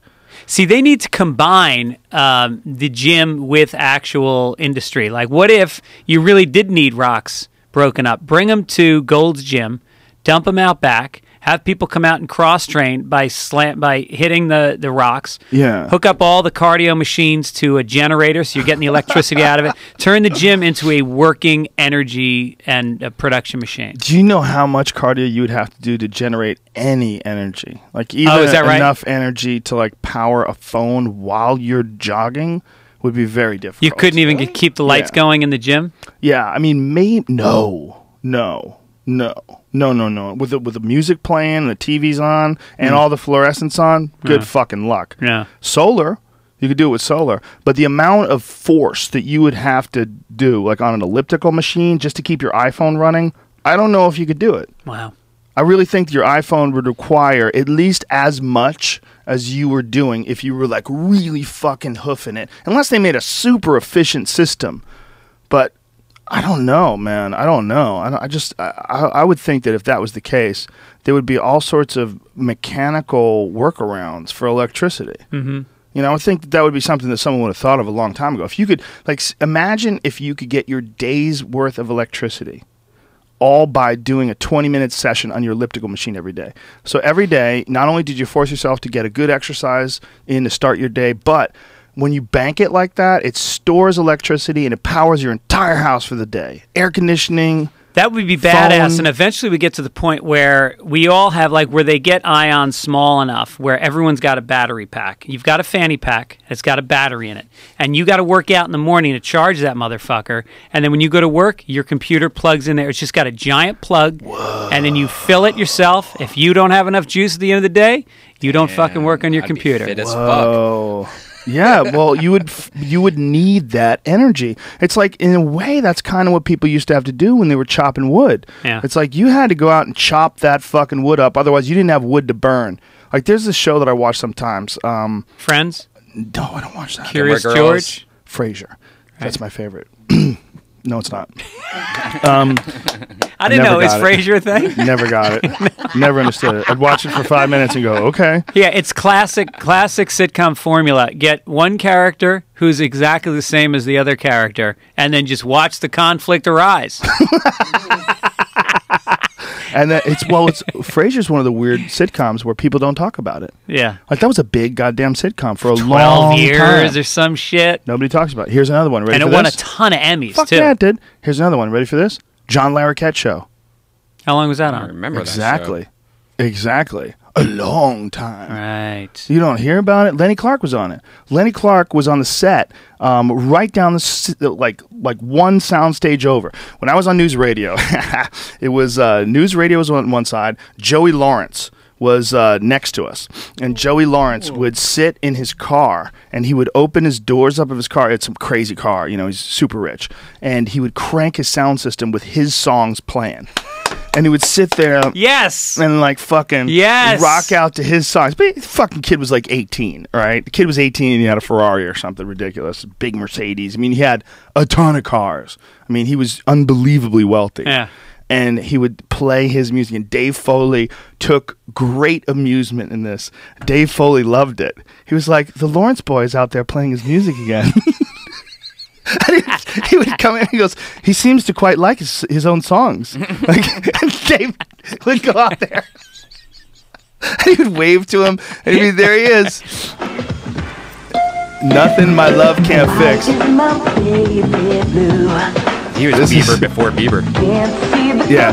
Well, that jacket is, all his clothes are way too big. He was beautiful. Look at that hair, man. I didn't have hair like that when I had hair. No. When I had all my hair, like I had lost a piece of hair, I didn't have hair like that. But he would play this in his thing right next to it. So right next to him was Greg Giraldo. Greg Giraldo's show was, or I might be fucking up the timeline here. I think Giraldo might have been first season. Joey Lawrence might have been second season. But Giraldo's show was on there as well. And then right over here was the John Larroquette show with Lenny Clark. And we're all on the same feed. Wow. So we could watch them rehearse. Wow. So we could watch, like, and I would watch their rehearsals, and Larroquette was such a dick. He would yell at all the other actors. I kind of could see that. Oh, my God, he was a dick. I used to watch him yell at Lenny. And Lenny is a big fucking guy. And Lenny is a guy who's been in a lot of fights. He's done his share of blow, and he will punch you in your fucking face. But he didn't, because he was on this show with this guy, and he's like, "Guy, tell him, an episode." I tell him, John, fucking relax. You're on TV. Why are you so fucking stressed? You know, like. Yeah. But I would watch him like yell at the cast or throw his fucking script and get all pissed off, and you know that happens on sets. It just does. People get all fucking tense. They work together all the time, and it's so much stress involved, and sometimes people blow off at each other. But well, and you're getting paid so much money that you start to internalize that what you're doing is actually that important. Like the money really shouldn't be that high for what you're doing. No. And so you start to feel like you really should be giving more, and it should be better. And it's still a sitcom. It's not supposed to be any better. Well, it was the John Larroquette show. So it's his show. It had his name on it. And he was on what? Was it Night Court before that? This is after Night Court, right? Yep. How many seasons did that go, Brian? I would say only 3, because I barely remember this being on. Don't say only 3. Google it. All right. But then Night Court was a decade, I bet. It went to syndication. I would guarantee it did at least 4. And Night Court, he had the kind of gig where he just showed up, nailed a couple scenes, and went home. Yeah. For 10 years. Yeah, but it's one of those shows that was on TV when news radio was on. It was like a big show, and no one talks about it. It's weird. Right. How many seasons? 4. It went from 93 to 96. Yep. So 4 seasons. Yeah. Probably did 100 episodes. Yep. I think that's what they did, and then they got out, banged out 25 a year. Well, I think, isn't the magic number 100? That's when they can syndicate? That's why news radio never really got to 100. That was like our joke, is that we never quite made it. You didn't get to 100? No, we got to 98. Oh, no That's it's hilarious. shit. Yeah, but it's syndicated anyway. Right. It's like they didn't need 100 to syndicate, but it was an inside joke with us that like, yeah, that's us. We fucking never quite made it. News radio $1 short. became famous after it was off the air. That's when it really became famous. I mean, it became famous when Phil died, you know, but before Phil died, it wasn't like a hit show because we moved around 9 times. That's a real number. Your time slot? 9 times over 5 years. And this is pre-internet. That's right. I remember that. You no guys were one all knew over the place. where it was. Did you get any bad ones like Friday night? We got terrible ones. I don't remember where it was. I remember there was Monday for a while, and there was Tuesday, and I think Sunday, but we never got Thursday. Thursday was like the big night. We were on Thursday once. We were like number 2. You know, it was like Friends and then us. And we were like, oh my God, this could happen every week, but it never happened again. Yeah. All right. With the time slot that you're in is so important. Time slot's everything. And like there was a lot of shows that would be like Friends, Seinfeld, and that show would be in the middle. You know, and they would call it the shit sandwich spot. That's what Paul Sims used to call it because it's like these amazing shows, and then in between these amazing shows would be like Sex in the City. Different world. Jonathan Silverman had that show, the single guy. And those shows would be unwatchable, Yeah. but they would be sandwiched in between genius shows. And so everybody would watch them. So everybody wanted those slots. Well, I think they launched Third Rock in that spot too, didn't they? I don't know. I don't remember. I think they might have launched it there and then because that's their goal is that's where they plant the seed, they let it grow, and then they transplant it hopefully to a Tuesday or a Wednesday where that becomes an anchor for other shows. Right. And they can do that now way better because people can alert people that the time slots changed. But back then, no one knew what the fuck was going on unless you had TV Guide. You know, you didn't know when the time slot was. So we'd move slots. Yeah. Also, you're taking advantage of the lead-in. You know, they're just going to... Thursday night was must-see TV. People put it on at 8 o'clock, and they turned it off at 10 o'clock. Yeah, and it was a tradition for some strange reason, like a Thursday night tradition. Mostly because there was great shows, like Seinfeld. And I think Cheers was a Thursday night show, too, originally, right? So it's always been, like, traditionally their spot. There's a great book Warren Littlefield wrote called Top of the Rock. That's the history of Thursday night must-see TV. Oh. It talks about you realize how random things happen. Like the casting of Friends could have gone 8 different ways. Literally, you know how it is. People test for a show. Yeah. So you've got 3 or 4 actors going in for a role in one day. And the fact that they picked Jennifer Aniston, the fact that they picked, they nailed that cast. It was exact. I mean, I was never into the show. I never got it. But it is apparently a very perfect, balanced, ensemble cast. Yeah, they nailed it. They nailed the casting. There's no mistakes. But the book tells you about how many ways things could have blown over contracts. And guess what? The reality is, if they did it differently, it probably still would have worked. They would have found some other talented people. Maybe. It's not a matter of those are the only gems that they could have found. There's so many goddamn talented people that never get a chance. That's the craziest thing about acting is that you don't have, there's no recourse. Like, if they don't choose you, tough shit. There's nothing else. Right. It's like a comic... You're undeniable. You go up at the Improv and destroy, then someone who's got a sitcom deal goes on after and sucks their own dick. There's nothing anybody could say. It's like you can't deny that Greg Fitzsimmons is funny. You just saw it. It's over. He proved it. But if you're an actor, good luck. Good fucking luck. That's why they're so facetious. That's why they're so there's so much fakeness in the way they behave. That's why there's so much anxiety in the actor community. Like their entire gig is dependent upon someone else's approval. Yeah, when you meet sitcom actors, they're so positive and they so try to make a connection with you and be your friend. And you always walk away going, wow, that's a really good guy. And then you realize, that motherfucker. He's working it. He's working it. They have to work it. If they don't work it, if there's any hint whatsoever that you might be difficult, they will move on to step 2. Yeah. Who's the other guy? Bring him in. Yeah. And the other guy comes in, give it to him. It happens. And casting. And then is once a you weird make thing. it, then they trust you. I mean, you look at the people. Exactly. You look at Kelsey Grammer or Julie Louis-Dreyfus. Like some people, they just go, put them back in. Yeah, they can't fail. It's just the writing's bad. Yeah. Yeah, Ray Romano was the original guy on my gig in News Radio. Yeah, and they fired him during the taping of the pilot. They're like, this guy just doesn't connect with America. Yeah. He leaves and goes off to do a giant, way more successful sitcom, Everybody Loves Raymond. Like, in the title, not only are you wrong in firing him, but in the title, it says Everybody Loves Raymond. Like, you didn't think that people liked him? Yeah. No, you're so wrong. He was so good, he literally walked away from the job. How often does that happen? Where they go, we're only going to do 10, and I think they talked him into 11, and then they walked away, like, still with really strong ratings. You mean seasons?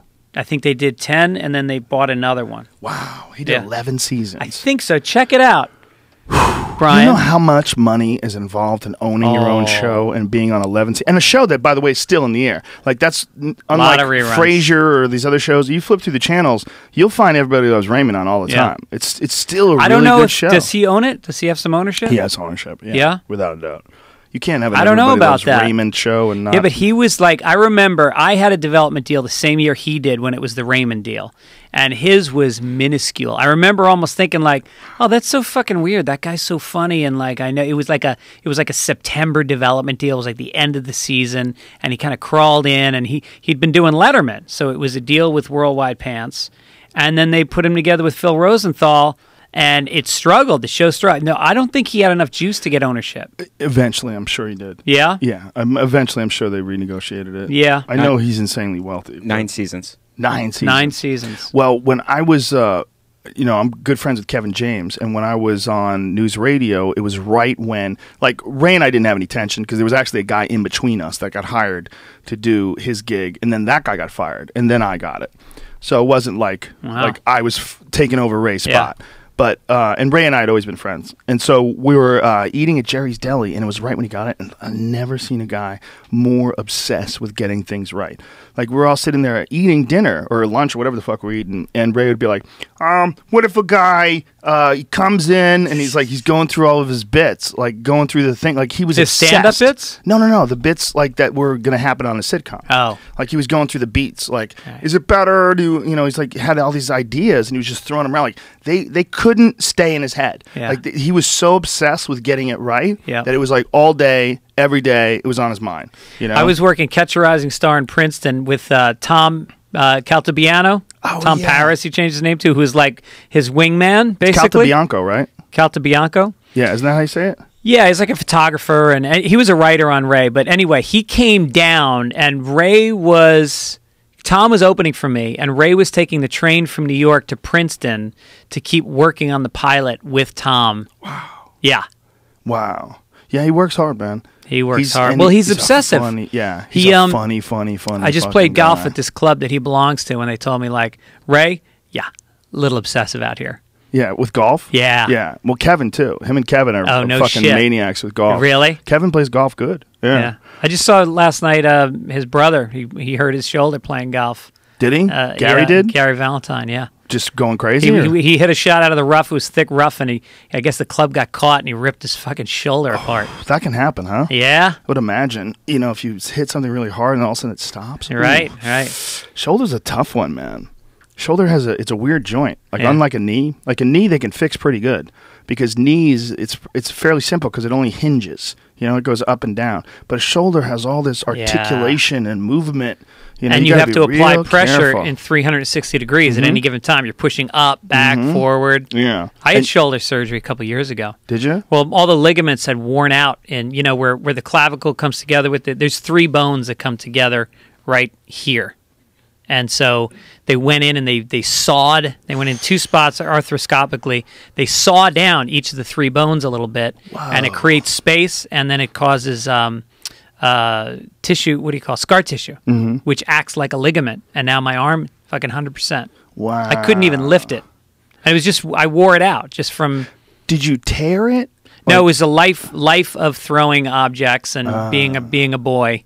Throwing things is a big one, man. Shoulder surgery for football players that like quarterbacks, and also for baseball players. That's super common, man. Yeah, there's something about throwing that's just a lot of stress on the body. Yeah. The good thing about boxing and those kind of workouts is, especially if you hit a bag, you're hitting something. So even though there's like resistance at the end of it, you're hitting something. So it's not like the snap of like missing things and throwing things. When you throw things, there's this like extension. You're extending it, and you're starting behind yourself. Boxing, your hands are in front of you, so you've got your body weight behind everything you're doing. Yeah, and when you hit something, like the workout, like if anybody wants a great workout, get a goddamn bag.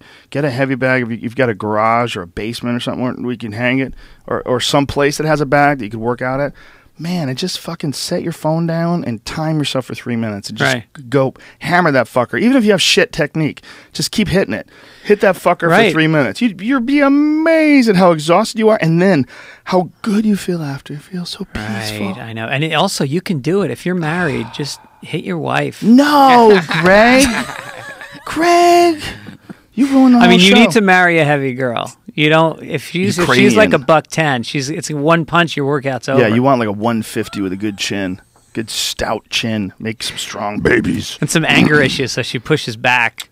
This weekend, I got to drive a Dodge Challenger Hellcat. That is going to be your next car. Really? I know you told me that you wanted to get. You're going to want to get a Challenger. Yeah. You're lucky you didn't get the old Challengers because they're kind of shit boxes, but they've nailed it now. Yeah? Oh my god! Oh my god! How big is the engine? Car. Oh, nothing. Just 707 horsepower. Is that the biggest production engine out there? The most powerful muscle car ever built. Whoa! Exactly. Women will never understand this, Greg. I knew that you were going to be here today, so I was happy while I was driving it that I'm going to get to talk to Greg about this. What did it feel like? This is Jay Leno driving it. That looks pretty good. Cut to way towards the end of this video. That was the beginning of it. Cut to way towards the end when he's driving it, because for the first like 20 minutes they just talk. It's pretty cool. Did you punch it coming out of a turn? Yeah. What do the wheels do? We beat the shit out of this thing. Sorry, Dodge SRT. Only in good ways. We just stomped on the gas a lot. Okay. It was just really fun, man. New performance package for Dodge. It's unbelievable. It's automatic? That one is, but they sell it in a stick too. You can buy it in a stick. You want a stick. That visibility looks better too. My problem with the Challenger was always the visibility. It's kind of funky out of the passenger side. When you're looking back, that right corner is a little funky, but whatever. How much does it start at? It's not that much. It's like for $60,000. And I'm telling you, which is a lot of money, but for that car, for 707 horsepower. And the biggest production engine out there, and you're getting it for less than... It's so comfortable. That's what's fucked up. Like, these cars, like, they've figured out how to make the suspensions and the seats and everything where it's like a Cadillac. I swear to God, dude, you'll be blown away. I didn't even put it, like, there's modes you could put it in. You could put it in, like, track mode. I didn't put it on track, but look how awesome that thing looks. That is awesome. Wow. Play that sound so you could hear it when he's doing that, because it sounds so fucking good. Package for Dodge. This is Hellcat's the code name of the engine. Right. This is not even doing it justice because he's inside of it with the camera. Because we like the name so much, and it was so fitting for the car. Right. Little bounce on the back end. Dude, it's so smooth. When you drive it, it's so comfortable because it's huge. Yeah. It's 4,000 pounds. It's not like a little car. It's like they way make a bigger than a hybrid? Mustang. Hybrid, how dare you. This is designed to ruin the earth, okay? You're supposed to take part in ruining the earth with a smile on your face and a fucking glass of Chivas Regal in your hand, smoking a Dunhill, stomping on the gas. And you can see the tsunami behind you as you outrun it, knowing you caused it. Whoa. Who's that dude? This is what it sounds like. That's wind noise. That's wind noise. Jesus Christ. Wow. Dude, listen to these things before you crank them to the roof. That's just the wind. That's because they put a camera on the outside. Like a of the GoPro. car. Yeah. The wind noise is awful on those fucking things. Yeah. But the sound that it actually makes. There's one video where it says Hellcat Challenger sound, where it's just the exhaust. It literally raises your testosterone. Yeah. I had this guy in Gad Saad. He's a he's some super intelligent, sophisticated PhD type character. I forget what his degree is in, but he was talking about. Oh, that's me on it. That's such a sexy funny as fuck. picture. Looking sexy as fuck. Wow, love that has been photoshopped on the underground on mixedmartialarts.com to the point of no return. Oh, is that right? Every possible. Gee, I can't imagine what they would do to it. Take that other foot out. Every possible gay scenario. That is beautiful. It's a beautiful car.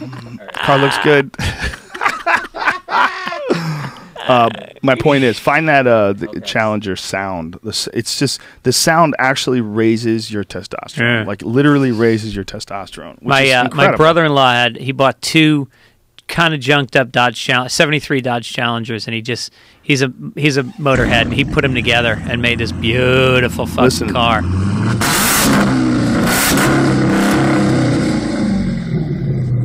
It's a growl like it's like a lion. Sounds so good, dude.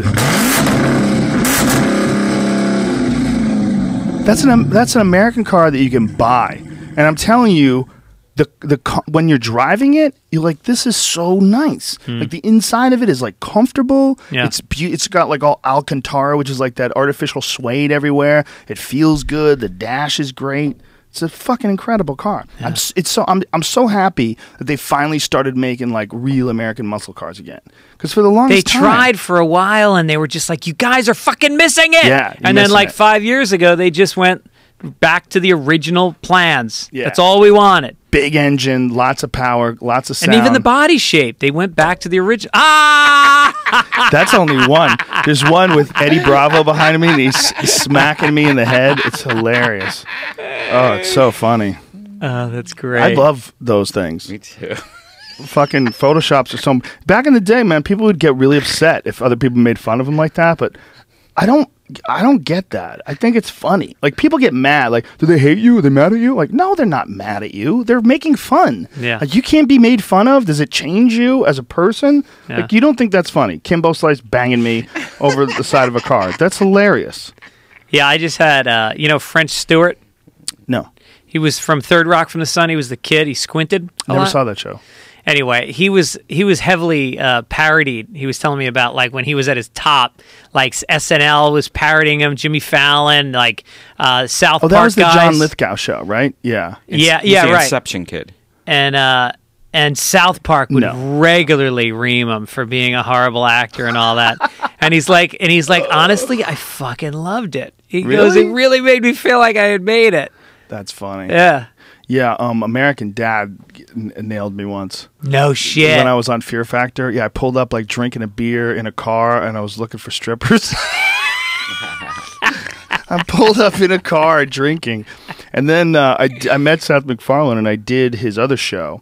I did Cleveland show. No, the American Dad. No, the other one. Family Guy. Family Guy. I did Family Guy. I played me on Family Guy. Like, did my own voice on Family Guy once, but it was funny. He's a nice guy, man. Yeah. Seth MacFarlane's a very friendly, like, smiley guy. You know who's cool as fuck? Judd Apatow. Yeah. Judd Apatow was at the Improv the other night. He's just hanging out with us, like everybody else. Right. It was me and him and D'Elia and Jeffries, Jim Jeffries. We were hanging out over by the hallway, by where the bathroom is, because there's no fucking green room in the Hollywood Improv, which is the most ridiculous thing ever. Like, D'Elia was like, there's no green room. Like, nobody thinks about the fact there's no green room. I was like, yeah, if we were in Pittsburgh, we'd be like, fuck this place. Yeah. But because it's in town, we'll just accept the fact there's nowhere to stand in between shows. But Judd Apatow was just hanging out with everybody else. Yeah, he came on my podcast one time, and then I went on about 6 months ago, and I talked about how I thought Girls was a really bad show, and I didn't realize that he created it. Oh, and the truth is, I'd only seen like 5 minutes of it, but I just saw like all I saw was hipsters, and I was like, I hate hipsters, and so I just immediately judged the show and talked shit about it. Oh no! So then somebody, of course, tweets out to me and Judd, "Hey Judd, how do you feel like Greg Fitzsimmons saying your show is?" And he said more that overstated what I said, like said it's a shit show. And so then Judd replied to him, "That's a lie. Greg Fitzsimmons is a funny guy, and he gets it, and he's a friend, and he would never say that." So then I emailed him like, "Dude, I'm so sorry. I honestly haven't even seen the show, and I didn't know you created it." And he gave me like a giant free pass, and so I went off and I watched it. And honestly, not shitting you, I watched the first season, and it's actually a really good show.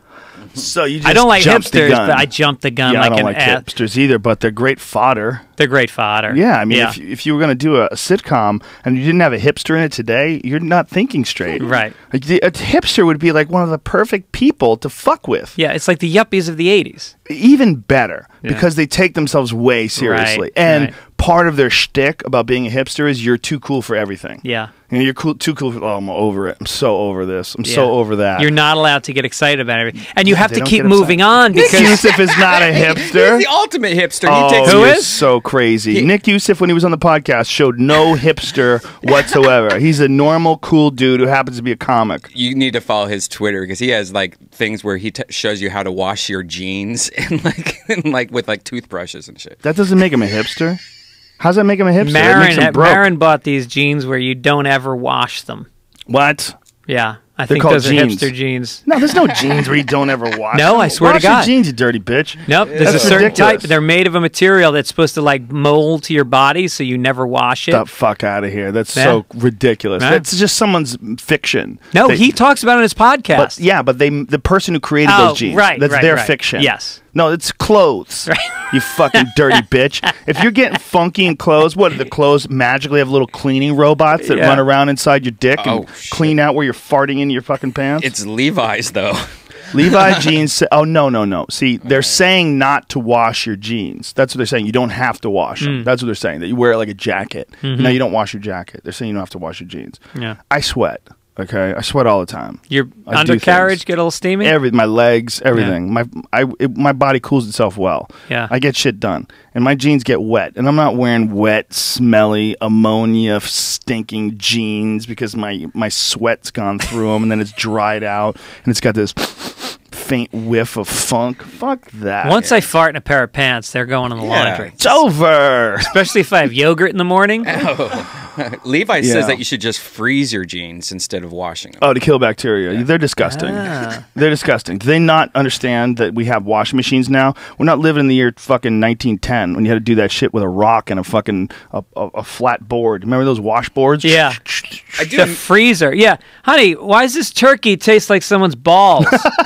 I do admit I don't wash my jeans as much as regular clothes though. I'd say like maybe I'll wear them like 10 times. That's a lot, but I'm comfortable with wearing them for a weekend. I'll wear the same jeans 2 days in a row. No problem. Like, if I go on the road, if I don't feel like packing a lot of shit, I'll throw in one pair of jeans. But I'll throw in a backup pair, just in case the Right. shit hits a fan. Right. Because my fucking bridge troll body doesn't fit in normal jeans. I have to get specific jeans Oh, that really? fit me. Yeah, I can't wear, like Levi's 501s.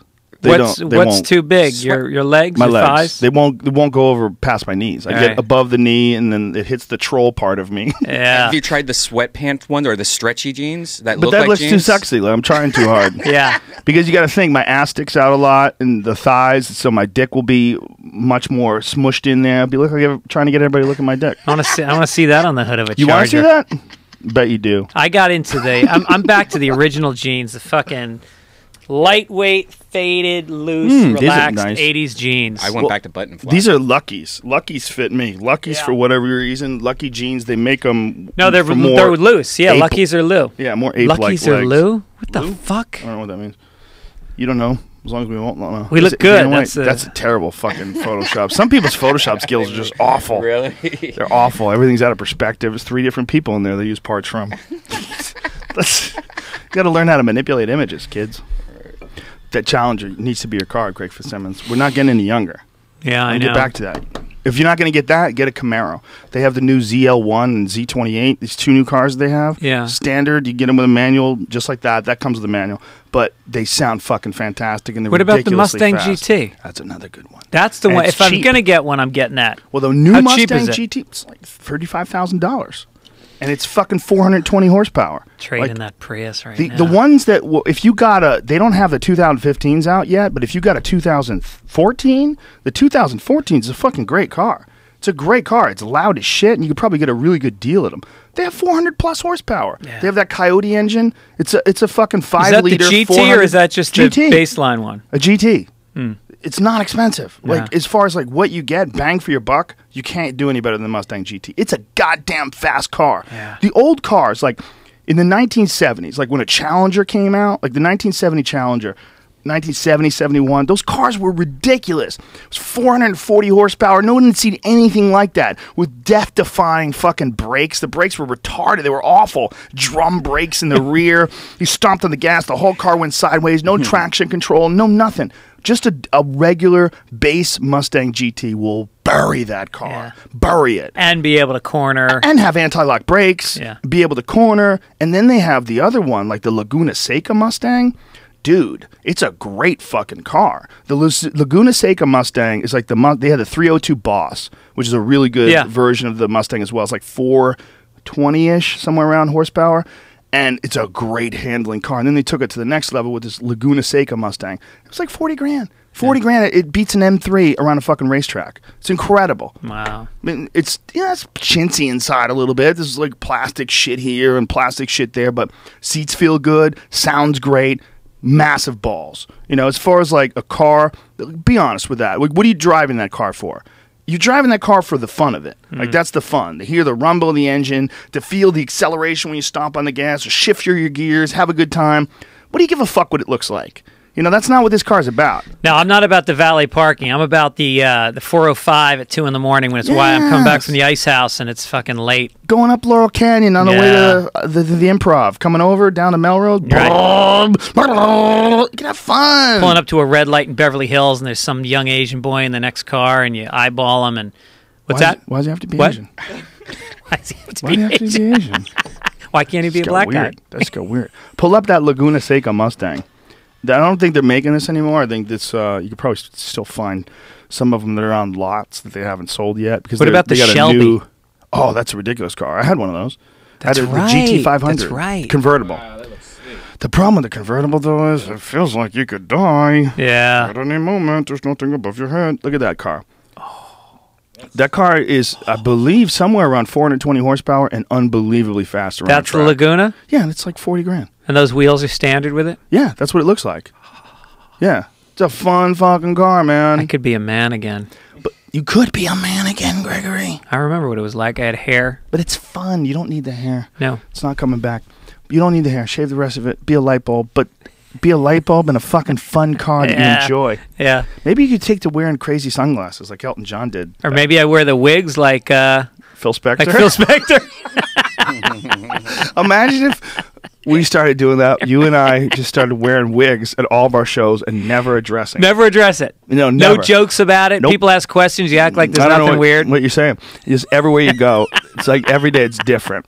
Not only that, sometimes we'll wear bald caps with hair on the side, like sides. Bozo the Clown. Yeah. Mohawks one day. Sometimes it's an afro. Yeah. Never bring it up.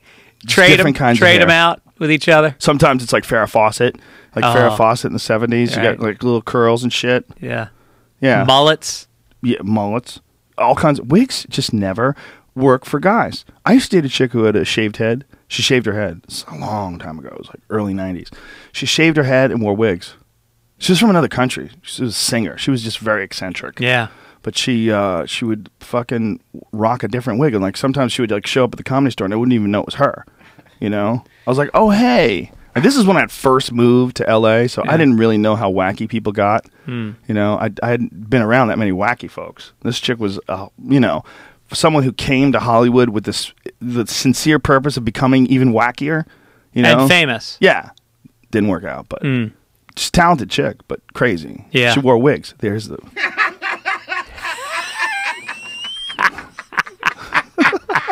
That's Eddie Bravo spanking me.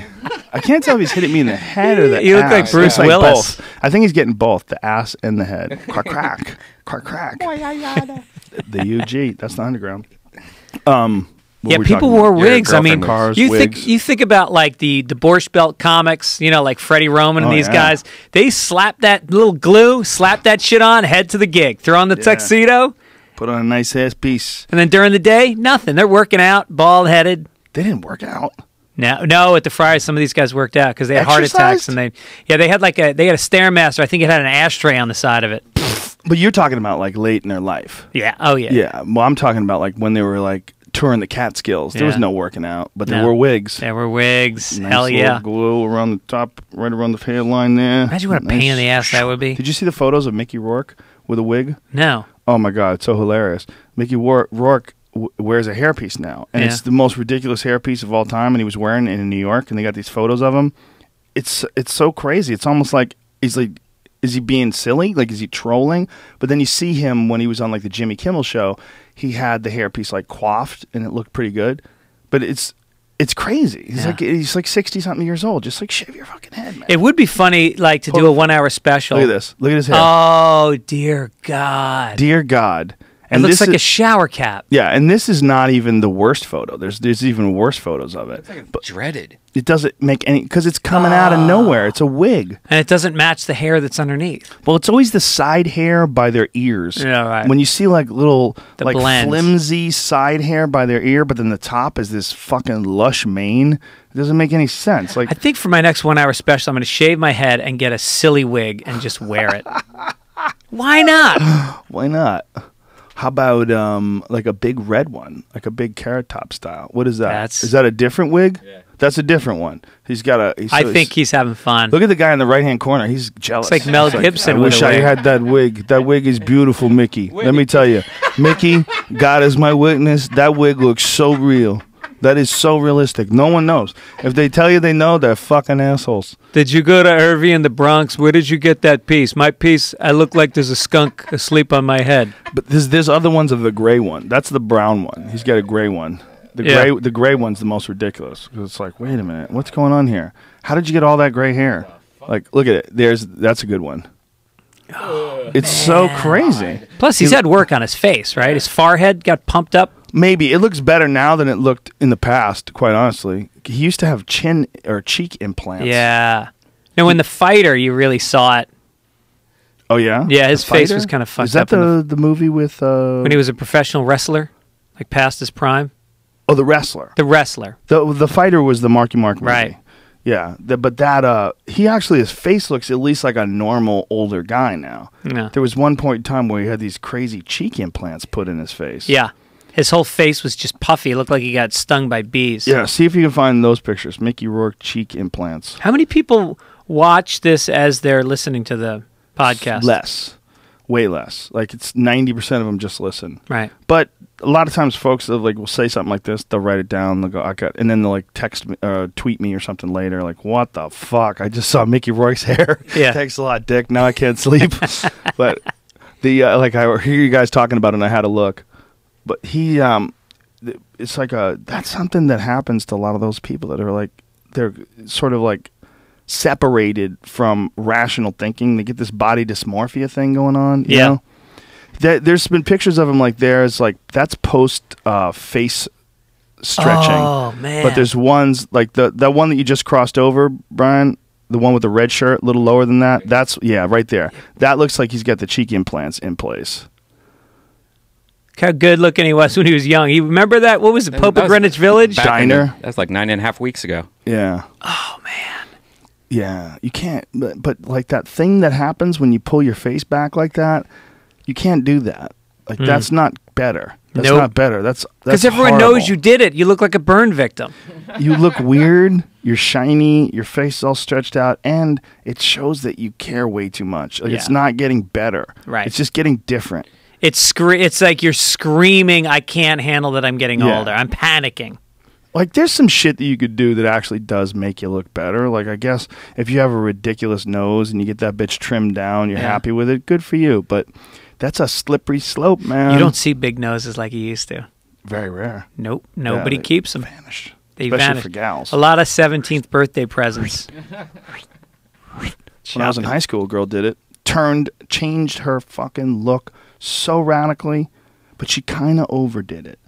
Like, the poor girl was a beautiful girl with a crazy nose, and she got her crazy nose trimmed down, and she looked beautiful, but the nose had like that ski slope thing going on.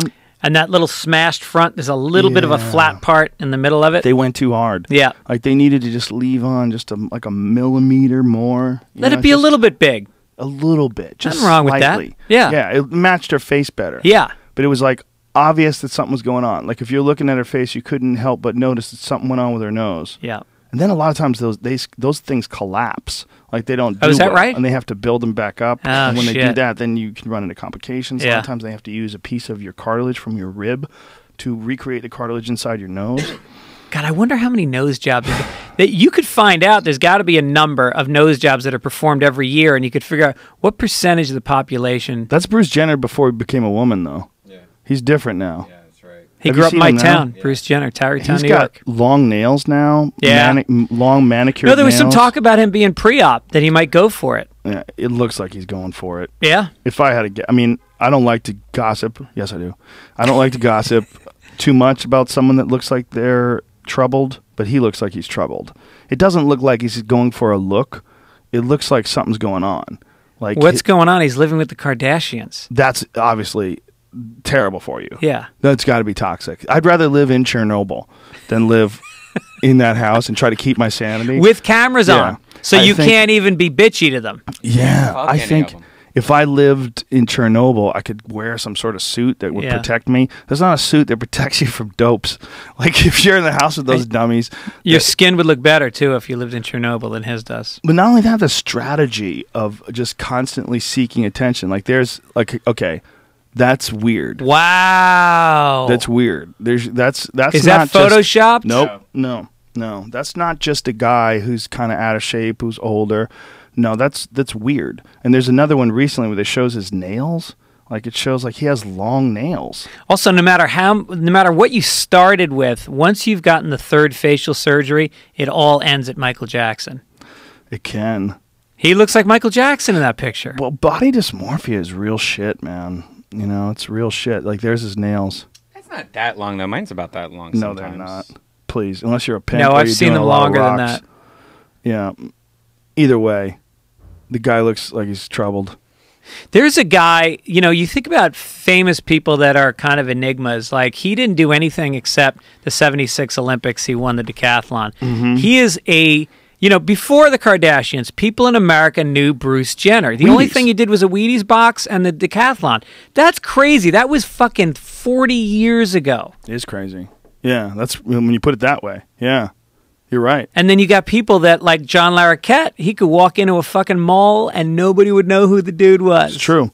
But the only reason why he's still famous is because of the Kardashians. That's a fact. But prior to that, he was in the national consciousness. People who knew who Bruce Jenner was. maybe as a subject, Right. Or maybe as a name, but not as someone you recognize. Yeah. I don't think you would recognize him. Yeah. I think his resurgence is entirely based on living with all these attention whores. Yeah.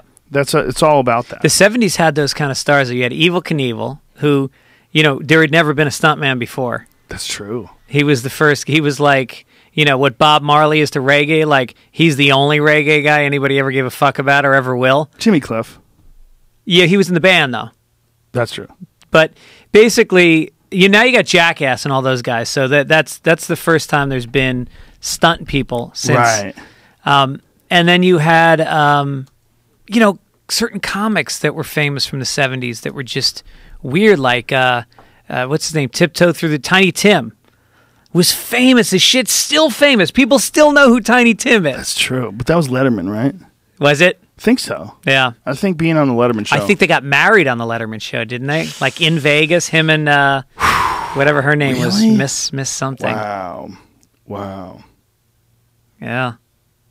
Yeah, it's- interesting, man. It's weird how fame, you can't predict who's going to last with fame. Like of the Charlie's Angels, you didn't know Farrah was going to, I guess you kind of knew Farrah was going to be the one. Yeah, but you thought the other ones would be pretty big too. Yeah, Jacqueline Smith. I mean, all she did was hair shampoo commercials for the rest of her life. She was hot as fuck. Hot as fuck. My kid is watching Charlie's Angels reruns right now. I watched one yesterday. Try pulling yourself away.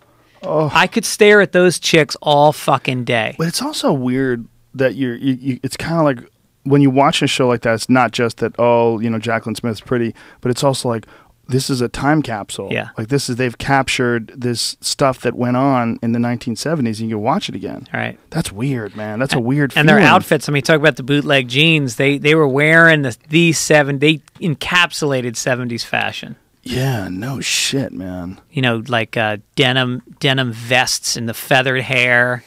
And they probably, in a big part, were one of the reasons why it became so popular, right? Why the fashion did? Yeah. Oh, like I'm you sure. See it on those shows. I'm sure.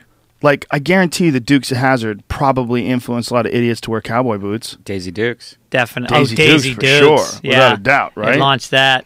Dude, she might have been the hottest chick ever on TV. Ever. Yeah. Chrissy. Right. Who, Chrissy from fucking Three's Company? Yeah. Daisy Duke? No. How dare you? Oh, I would take Chrissy over Daisy. Because you're broken. Because your insides are rotting. You have to go to a doctor. Old I keep Chrissy? telling you, go to a doctor. Chrissy's hot, but she's not as hot as Daisy Duke. You know who's pretty hot, even though she's Put them up older. side by She's side. older, And so you can't compare them. Don't you go for an old pic of Catherine Bach, you fuck. I know what you're going to do. But the chick from Modern Family, the Latino woman, ridiculously she's hot. Older, dude. I'll take it. Yeah. She's only 40. I mean, but she looks like she's 30. And her tits still look like, you can't fake it. They have them it's something about cleavage. You can push it up, but she doesn't push it up where it's straining. Right. There's a little bit of bounce. A little bit of bounce. Little jiggle. But yet there's pie. They're pie shaped. They're perfectly round. She's stupid hot. Tan. And that accent puts it right over the top. She's stupid hot, and there's this element of knowing that this is not going to last. Yeah. Like what you are is you're looking at a flower that's been cut, and you're putting it in the vase, and there's just like something even extra beautiful about the fact that it's not even attached to the root anymore. You got a day to look at it like this. All right. This is it. Tomorrow's going to be wilted. The day after that, you're going to want to throw it out. But right now... She's the Hunter Thomas of hot. Yeah. Yeah. Thompson. What did I say? Thomas. Jesus Christ. There you go. Okay, both of them are hot. Yeah. But Daisy Duke's dirtier. Oh, Chrissy's bending over like, fuck me in the asshole. But I'll tell you what, like, who's done a better job of keeping it together? Well, both of them. Both of them failed. Oh no! What are you kidding me? She did the exercise videos. She kept it tight. For she a kept little it bit, tight. for a little Jacqueline bit. Smith still doing the shampoo commercials. But that's not Jacqueline Smith though. That's Daisy Duke. That's She Catherine looks Bach. like Jack. God, she's hot. Nobody and worked by out the way, though. Farrah's nipples were permanently erect on that show. Mm-hmm. They probably iced them up before every scene. I bet they did. I bet they did. Because guys would get like pumped up. Yeah. Guys would do like push-ups and stuff before scenes to pump up their muscles. Yeah. I guarantee they did that. Yeah, Without they a went doubt. for it. They Fuck went for yeah. it. Yeah. That was everything. I mean, that was what you were selling. If you were selling cars, would you leave them dirty or would you polish them? You got to polish the car. You got to polish the car. You're selling cars. You're selling tits. What are you doing? Get that ice cube out, honey. Yeah. Come Turn on, the this headlights is on. how we sell. They're Sell, not watching sell, it for the sell. story. Nobody's watching it for the story. That's when she died, man. That was one of those things where it's like, wow, Farrah Fawcett's dead. That was just hard to wrap my head around because when I was a kid, she was it. It was it. Everybody had a Farrah Fawcett poster on their wall. Every girl did. And it was that one poster of her like smiling and she had the feathered hair and everything like that. Like she influenced a whole generation to wear that hair. It's got to be the quintessential poster in America of all time. Probably. One of the most famous posters ever. Yeah. Yeah. Yeah, that's it right there. Look at her. Unreal. And the nipple, you can't see, that's not high def, so you can't see the nipple, but the nipple is very proudly displayed in that poster. Many of the photos have the nipple rocking. She was so pretty. Yeah. She was like one of the first television bombshell types, right? Yeah, I mean... My favorite was, you know what? I take it back. My favorite was Wonder Woman. Old Wonder Woman. Oh, Linda Carter. Yeah. Dude, Linda Carter's tough to look at now. Is she? Yeah, not that she looks Linda ugly. Carter was there insane. You go. Kapowza. There it is. Wowza. Oh, shit. Look at that nipple.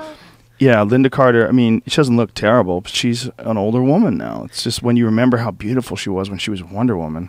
I wish they would die sooner. No! I don't want to see what they turn. It ruins it. You know what's fucked though, man? Like, it's weird when you go back and watch like Batman or any of those old school like superheroes. No one worked out. No one worked out. No, like Adam Catherine West Bach, had a belly. Yeah, you look at Catherine Bach there. She didn't work out. Yeah. Look at her legs.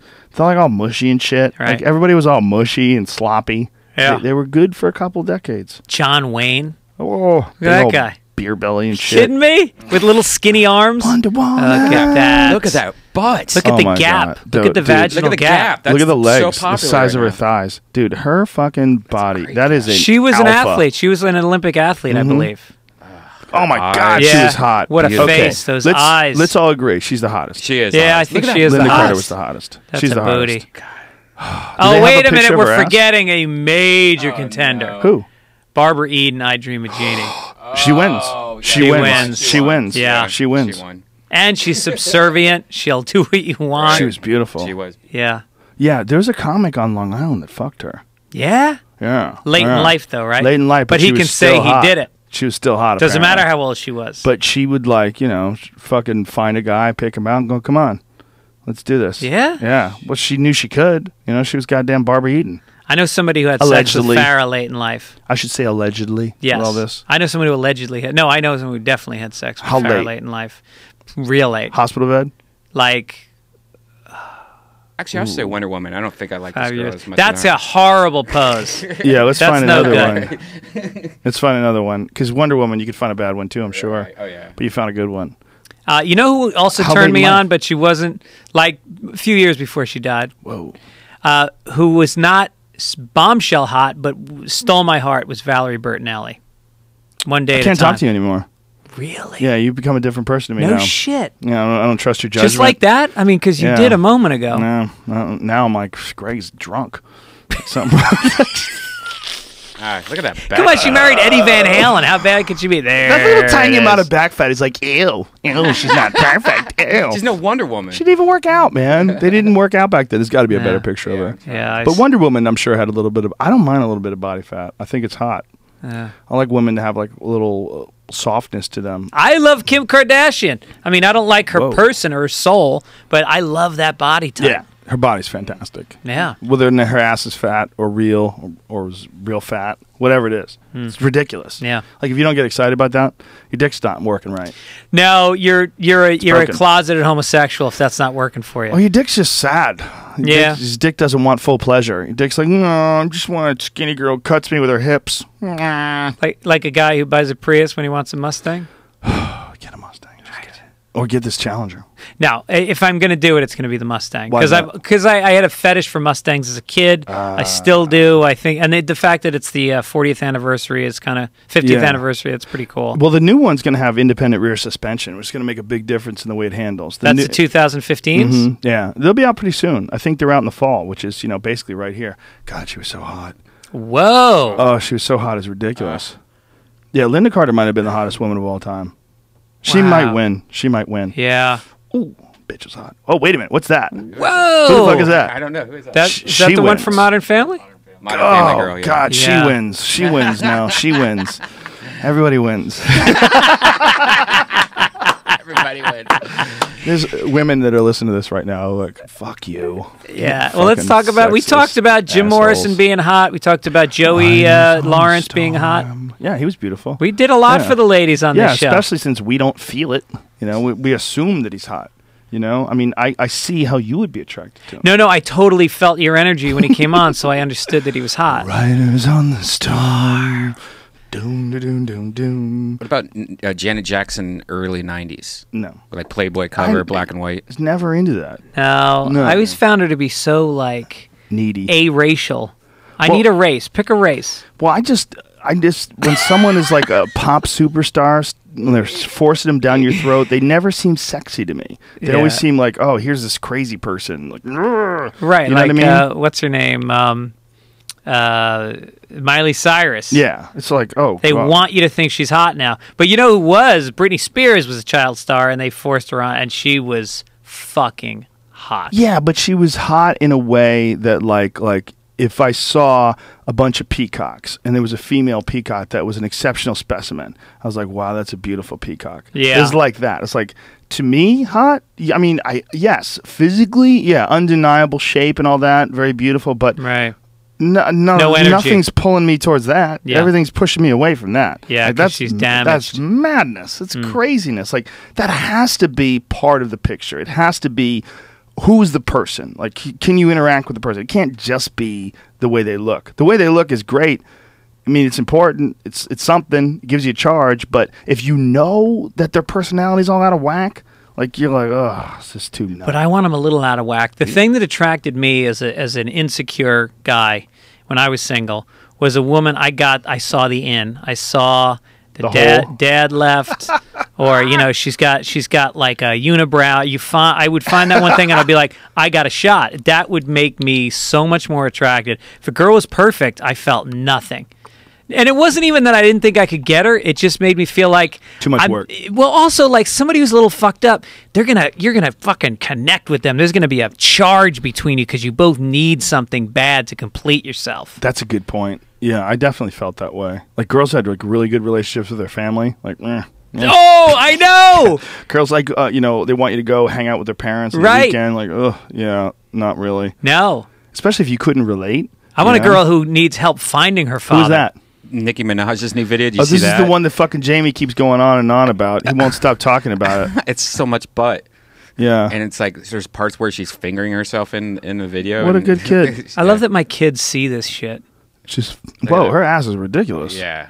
They're all ass. Everybody's got ass. If you look at Miley Cyrus's Twitter avatar, she put her own version of her album cover on it, and it looks like she has a great ass too. But that's an illusion. Yeah. They've photoshopped the shit out of that. That girl weighs 18 pounds. She's a little stick figure. Yeah. She's very boy-like with her body. Like when that thing came out in the Video Music Awards and she danced around and rubbed up against that guy, you could see like she's very like guy-like or skinny. She's a skinny girl. Like Nicki Minaj. Well, she's athletic. It's not supple. Yes. That girl is just a fuck house. You look at her and you're like, whoa. I mean, that's just fucking just cum. That's just cum. She's backed up like a camel. Yeah. All the loads have been shot into her. Yeah. Plumped it up. It's cocked. She's all sex. Her it's all ass has been sex. cocked with cum. Yeah, like some girls, like they have to, they have to do something to look sexy. When a girl's built like that, it's like Jesus. And then on top of that, she's doing all the sexy shit, sticking her ass up in the air. But Jennifer Lopez was like that in her prime. Isn't it amazing though? When we're talking about like John Wayne and Batman and all that shit, the difference between how the women are portrayed, the difference between how singers are portrayed, the music videos, the photographs, all that stuff, and then go back and think about like Carly Simon. Yeah. There was none of Carole that. King and Janis Joplin. I mean, Janis Joplin wasn't the most attractive woman in the world, but she was funny, man. She like didn't like women. Like there was an interview with Janis Joplin. Is that her? Yeah, Miley Cyrus? This is Miley Cyrus's version of this. What? Listen, man. That's that shit ain't Photoshop. real. That's not her ass. Yeah, that shit ain't real. That's I think that's like a no, meme. that is real. Oh, no, Nicki Minaj is real, but that's not real. No, that's obviously the same ass. Yeah, it's exactly the same. It's a Photoshop. Yeah, look, exactly. See the crease on the top of the thigh is exactly the same. The top left thigh. Don't ever go to that other one again. This is like a cartoon. You show me a cartoon. What were we talking about? We were talking about her ass, about how for some women it's like they've extracted the blueprint in the DNA of men of what makes us orgasm, and they have just projected it on a body. Well, what I was saying was that you never saw this from artists in like the 70s. Right. You never saw this from women that were like super attractive, like like Linda Ronstadt. Beautiful, beautiful woman. When she was young and in her prime, you never saw her in underwear. Well, even Nikki Fleetwood Mac. Oh, Stevie Nicks. She was big. She was always like she was like the chick from Heart. Was she? I didn't think she was big. Didn't she get big? I think she got big, but no, when they were in their prime, she was young, angelic, but she was wearing flowing shit. She was never showing her body. Well, was a woman from Heart big in the beginning, or did she get big? Ann Wilson. She started small and then she got bigger. There's Ann and Nancy Wilson. One of them married the famous director, the guy who did Dazed and Confused. Who's that? I don't remember. That's the blonde one who was always the thin. blonde one. Yeah. But she Ann Wilson could sing her fucking ass Hell off, yeah! though. Right. No, Carney Wilson was a different one. That was Wilson Phillips. That was a different animal. Totally different animal. She got big too. She looked like a carny. Yeah, it was like Carney had like her sister was like super skinny and she was like really big and it was like baffling. Didn't she do like a talk show for a while? Mm-hmm. Well, I think she wasn't she the daughter of the Mamas and the Papas? Yes. Can't be a good time. No. Can't be a good guy growing up in that fucking crazy household. No. But that fucking Ann Wilson from Heart. Yeah. What a voice. She lost all that weight. Good for her. That's what happened, right? She lost all the weight and then she did a talk show or something like that? So, yeah. Is that Nancy or Ann? That's the big one. That's Carney. Oh, that's Carney. Oh, okay. Yeah. Good for her. Did she have to get like a stomach thing? Yeah, I think so. That's it's a weird thing, man. I was talking to a friend who had that done. She had it done like 20 years ago. and she was saying that it's not just that. Like, that does make you lose weight. She goes, but to keep it off, like, you got to go to counseling. Like, whatever it is that made you overeat like that, you got to address that. You got to get on top of that. I know a guy who's been drinking hard his whole life. He just went to get a shot to stop drinking. It's like, that may make you averse to alcohol. Your body's going to go find something else. You got to deal with why you're drinking. A shot to stop drinking. Yeah. I didn't even know they had that. What does it do to you? All I know is he said he was going to his appointment to get it. Famous guy. It's like peppermint snot. I should start saying these famous names. Should start or shouldn't? Yeah, I should start saying all these names. Unless they... But would you want anybody saying your story? Yeah, in this case, no, probably right. I'm the opposite of a name dropper. That's a sad thing, man. That's a sad thing, that fucking monster that eats at your soul that you can't let go, that's killing you. It's and so the longer common. you do it, the harder it gets, because the more you think that it's really part of you, And quitting something, I can tell you firsthand, it's the most freeing, empowering thing in the world, because you think this thing that was sapping your energy that you believe was built in your foundation, you get freed of it, and you all of a sudden, like, you take a giant chunk of low self-esteem and you just lop it off. Yeah, I've met a bunch of dudes that used to be junkies and now are like super hyper athletes. Yeah. Like a lot of competitive guys, like in the UFC even. There's a few guys in the UFC that were junkies, and then they became, like Matt Brown, one of the top welterweight contenders. Part of his whole story is he died. He had an overdose and fucking died and came back from it. They revived him, and now he's a monster. Wow. He just destroys people. He's like one of the top guys in the world. Alice Cooper's like a pro golfer now. Is he really? Yeah. He plays that good? Yeah. Wow. He doesn't live in Arizona? Arizona. He plays at the Biltmore Hotel in Phoenix. There's a famous course there he plays. That's hilarious. What does he do with his time? Just plays golf? I did a benefit there with Gary Valentine, and he came out and he played School's Out for Summer and 18, all his hit songs with the full makeup on, the whole thing. Wow. In this fucking, for a charity, for like 200 people.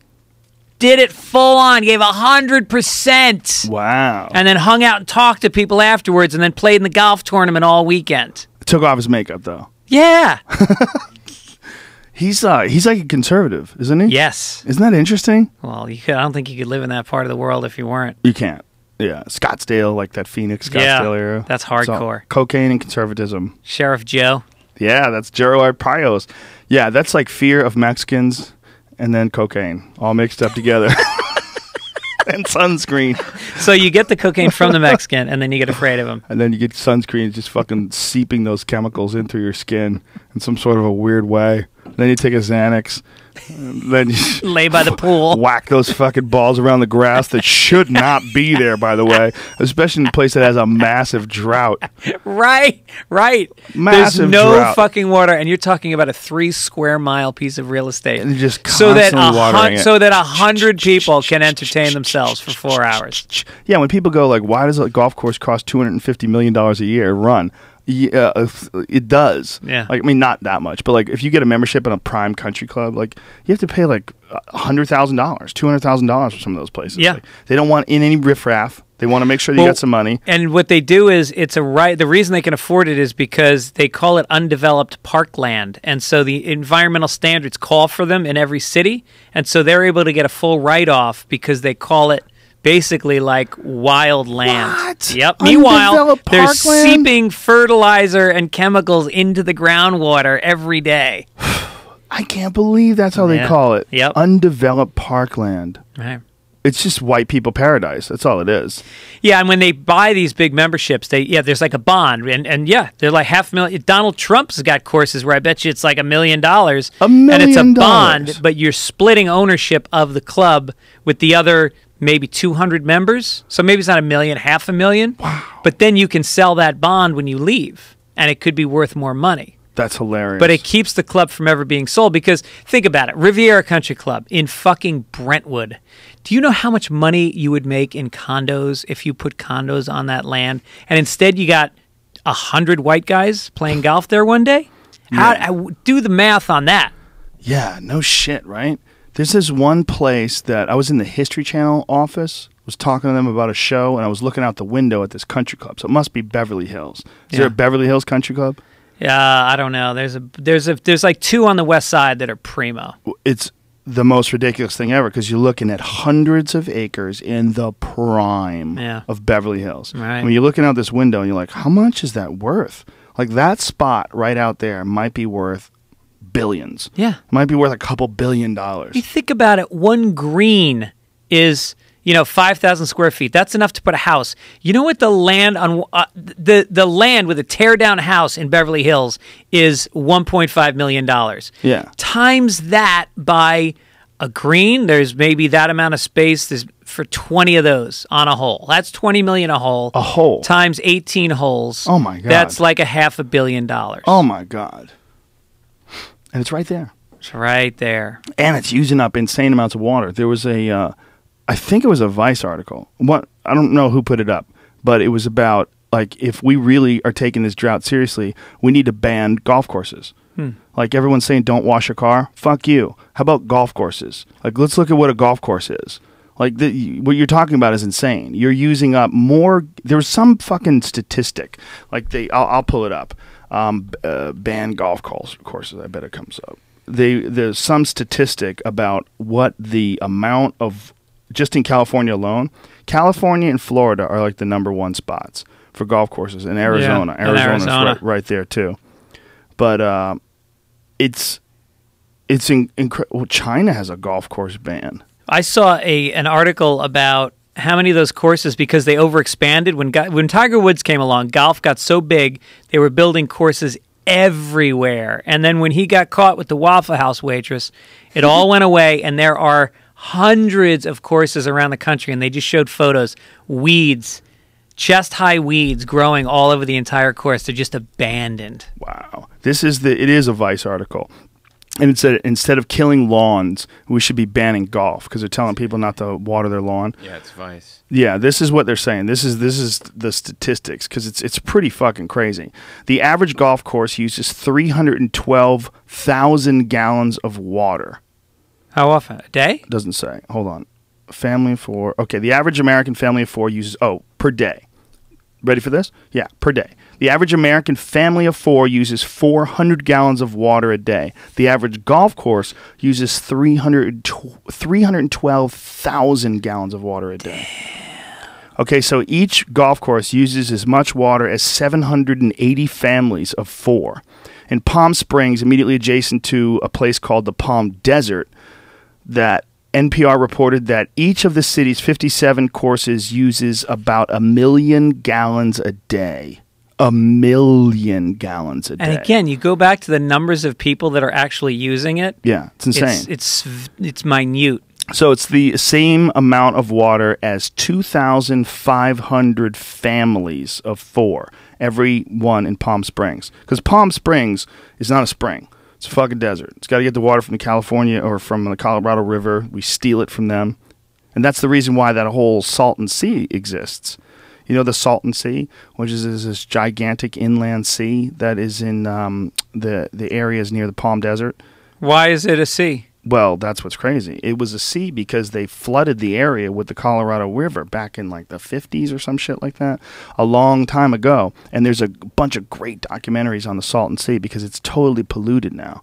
It's polluted with farm runoff, and it became like super salty, and people still pull fish out of it and eat it, and people still live there. But it was at one point in time, they used to call it the Inland Riviera.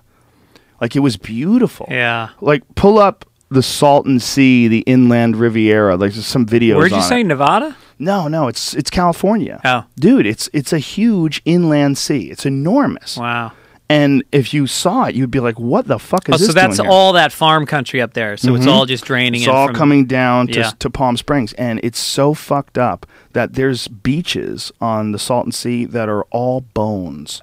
It's not sand; it's fish bones. Wow. Where they have these die-offs, these fish die-offs of like 1 million fish will die off. I mean, this is what it looks like now. But look at it. This is the Salton Sea. This is an inland lake. They created that. Mm-hmm. It's huge. Yeah, let it play a little bit. Like this. Look at this. I like the music. It's called the Salton Sea. It's the largest body of water in California, and it's not even supposed to be there.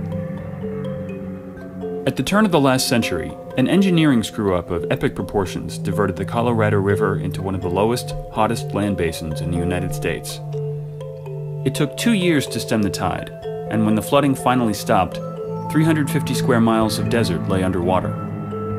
Everyone assumed the giant inland sea they had created by accident would just dry up, but when it didn't, real estate developers tried to turn an ecological disaster into an opportunity. Here is truly a miracle in the desert. A whole new outlet for the crowded millions in big cities. A Palm Springs with water. Here is I love guys back then. He's in a boat and he's got a suit and tie on. Today, the Salton Riviera, beside the blue Salton Sea, is the place for you to take charge of your future. You can come as you are. They no call all these reservations fish. required. Enjoy life at the Riviera.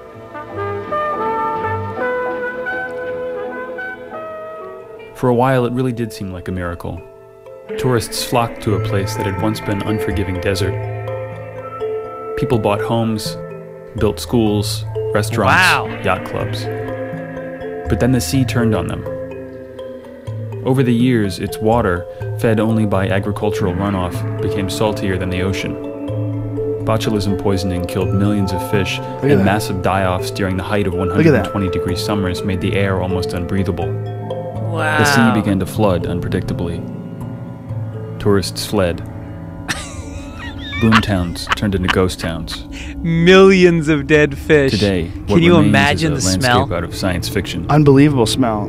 Gridded streets, every one of them named, still waiting for neighborhoods that never arrived. Wow. Beaches made not of shell or sand, but of the pulverized skeletons of uncountable millions of fish. Houses half tumbled into toxic-looking pits. It's apocalyptic. Where's the Riviera? I go there to catch glimpses of what the world will look like really without is. us. Yeah. This is what our country's going to look like in Here are some of the 100 things years. I've found. Greg's going dark on us. Oh, I just read an article about it today. They're predicting in the next 100 years this galactic drought coming. Well, really? Yeah. This drought that's in California is so bad that they're saying that can trigger earthquakes. And so, Oh, no shit. Yeah. A drought can trigger earthquakes? Yeah, Time to check sell, this out. sell.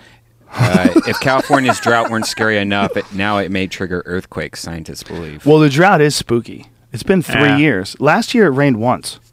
No shit. I don't remember it raining more than once. I mean, it might have drizzled a couple of days. And we're but it was supposed like- to have an El Nino coming through this year, and now they're saying it's going to be a very light version of it. We needed a full El Nino. Well, we need like a year of rain. Right. We need like a Seattle. Well, that last year. El Nino was like that. Were you here out here in like, was it 98? No. Oh, I'm sorry. No. No, it was like 97. And it fucking rained every day for like 4 months. Well, what scares me is there's spots like Death Valley that's like right there. It's on the same state. Right. It's right there. Right. What makes Death Valley? I don't understand it. I'm not a geoengineer. I don't understand the weather patterns. But it's the hottest place in the world. Right, and it's right there. Yeah. Why is it right there? And why are we not worried that right there could be right here? Like Yeah. if that shit creeps up north, like what keeps it from? Is it the ocean? Like I don't understand it. Is it what is it that keeps? Well, there's a lot of spots. Like how about Ontario? Could that be like fucking Death Valley someday? What about Brea? It's pretty goddamn far from the ocean. Can that turn into some horrible You're just wasteland? worried about all your gigs. Exactly. Brea, Ontario, the improvs. What about Pasadena? So far. Isn't it possible? Yeah. I mean, it seems to me Well, that did you see Chinatown? That movie Chinatown? with Mickey Rourke. No, the original one with Jack Nicholson. Oh, Jack Nicholson. Yeah, I mean, it's just basically about how that's exactly it. L.A. is a dust bowl, and it's one river coming down. If you cut it off, it all goes away. I don't remember that movie we watched, except for the fact he got his nose cut. I remember that. Well, it's the movie that most screenwriters call the greatest script ever. My house is in that movie. Your house is in that movie? Yeah. No Really? shit. Yeah, Wow. it's cool. It freaked me out when I watched it. Oh, it's in Burbank? Yeah. The old Burbank. Burbank was a different animal. You ever go to Jerry's Deli in Woodland Hills and you see what the valley used to look like back in the day? Oh, yeah. They have all these like 1920 photos and shit. It's Yeah. big photos of like It's all farmland and farms, ranches. Farms, Yeah. ranches. There's a real issue here and in Texas. They're really worried about it in Texas too with drought. That there's been no fucking rain and they don't know what's going to happen. Like Yeah. if it continues on this path, We literally, like, there are lakes, like not Lake Austin, but Lake Travis in Austin, that is half the size that it used to be. Yeah. There's some photos of California lakes that show, like, see if you can find that. Photos of California lakes that show how bad the drought is. Just Google that. 'Cause I'm surprised it's not worse. You know, we were just up in Yosemite, and we went rafting, and there was plenty of fucking water. yeah, that's a good spot. You know, if you go to the good spots, you're Yeah. going to be all right. But See, that's why I'm going to go to Canada, actually, September 9th through 11th at the Alberta. I'm plugging my dates. well, where is it? Where are you going? Look at Alberta, this. Edmonton. What's the name of the club up Look there? at the photos, left and right. Look at left and right. Yeah. September 9th through 11th. Used to be all the water. This is only like 3 years difference, if I remember correctly. Yeah, it is 3 years difference. Holy It's insane. shit. And then Look at you see look what it looks like now. I mean, climactic change is supposed to happen over thousands of years, not 5. I don't know about that. I don't know if that's necessarily true, because there have been some radical climactic changes that have happened throughout history that have happened almost instantaneously. Yeah. There's some. There was some Discovery Channel show that was talking about these various land masses of these various contours or weird things that you could see on the ground, and that scientists had, I'm pulling this out of my memory, but scientists had realized that this whole thing had to have occurred like in the course of a small amount of time, like over a couple of days. Yeah. That these insane geological features had been created, whether it's through soil samples. I think it was like soil samples. Like they tested the soil at the top and the soil at the bottom was all the same age, like the carbon dating. I think like the Yucatan Peninsula in Mexico was a giant tsunami that settled on top of the land and slowly just fucking dribbled down for thousands of years. Yeah. Until what was left is you know, this what's now very lush, but it was underground for all in one fucking day. It went underwater. Wow, that's fucking nuts. But that happens. It's just we have such a limited amount of time that we're referring to or that we're referencing when we're looking at climate change. We're only looking at a couple of 100 years of accurate reporting. Yeah. You get past then and it's just hearsay. And all those things that are in the past that people point to, like the stories of climactic change and cataclysmic disasters, those were all regional events that happened in some place where someone wrote about it. Mount Vesuvia. Yeah, well, there's that, but there's also like the Epic of Gilgamesh. You want to go way back, which is the same essential story in a lot of ways as the Noah's Ark story. Yeah, where there's some giant goddamn flood. You know, there's some shit happens in your area. A big chunk of rock from space slams into the ocean near your town, and everybody dies. Everybody within 100 miles is dead. Right. And then someone writes about it. That's the thing about the Bible. Most religions are based on these like the last book of the Bible, the book of Revelations, was written at the exact same time that Mount Vesuvius happened. And when they talk about fire and brimstone, that's what the guy was fucking looking at as he wrote it. So it got written in as like, this is how the world ends. It's nuts. So the Bible, apparently. Well, you know, they're all based on, it's not how the world ends, it's how the world ends there. If you go to Hawaii, everybody's fine.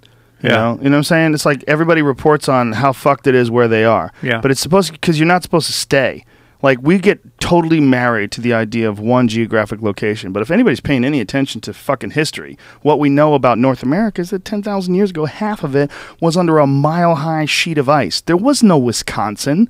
Wisconsin didn't exist. You had to cut through the fucking mile of ice to get to Minneapolis. I mean, you couldn't get to it. It wasn't there. So, like, this idea that could be a place my family farm's always been here. We've been here since we were kids, and we're just not moving. Climate change, be gone.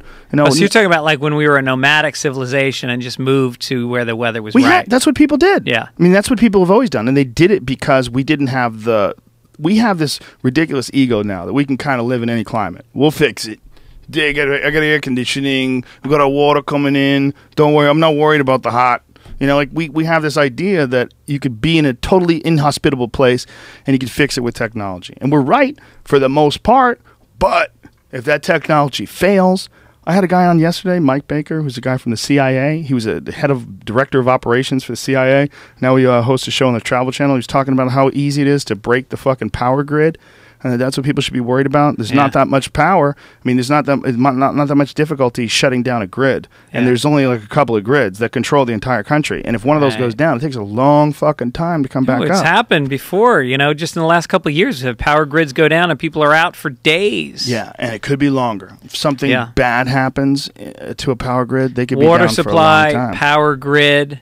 The power grid is the big one because power grid keeps people from being able to live in a place that's hot or cold. Yeah. Like once it goes down, like then you're off on your own. Like, do you really want?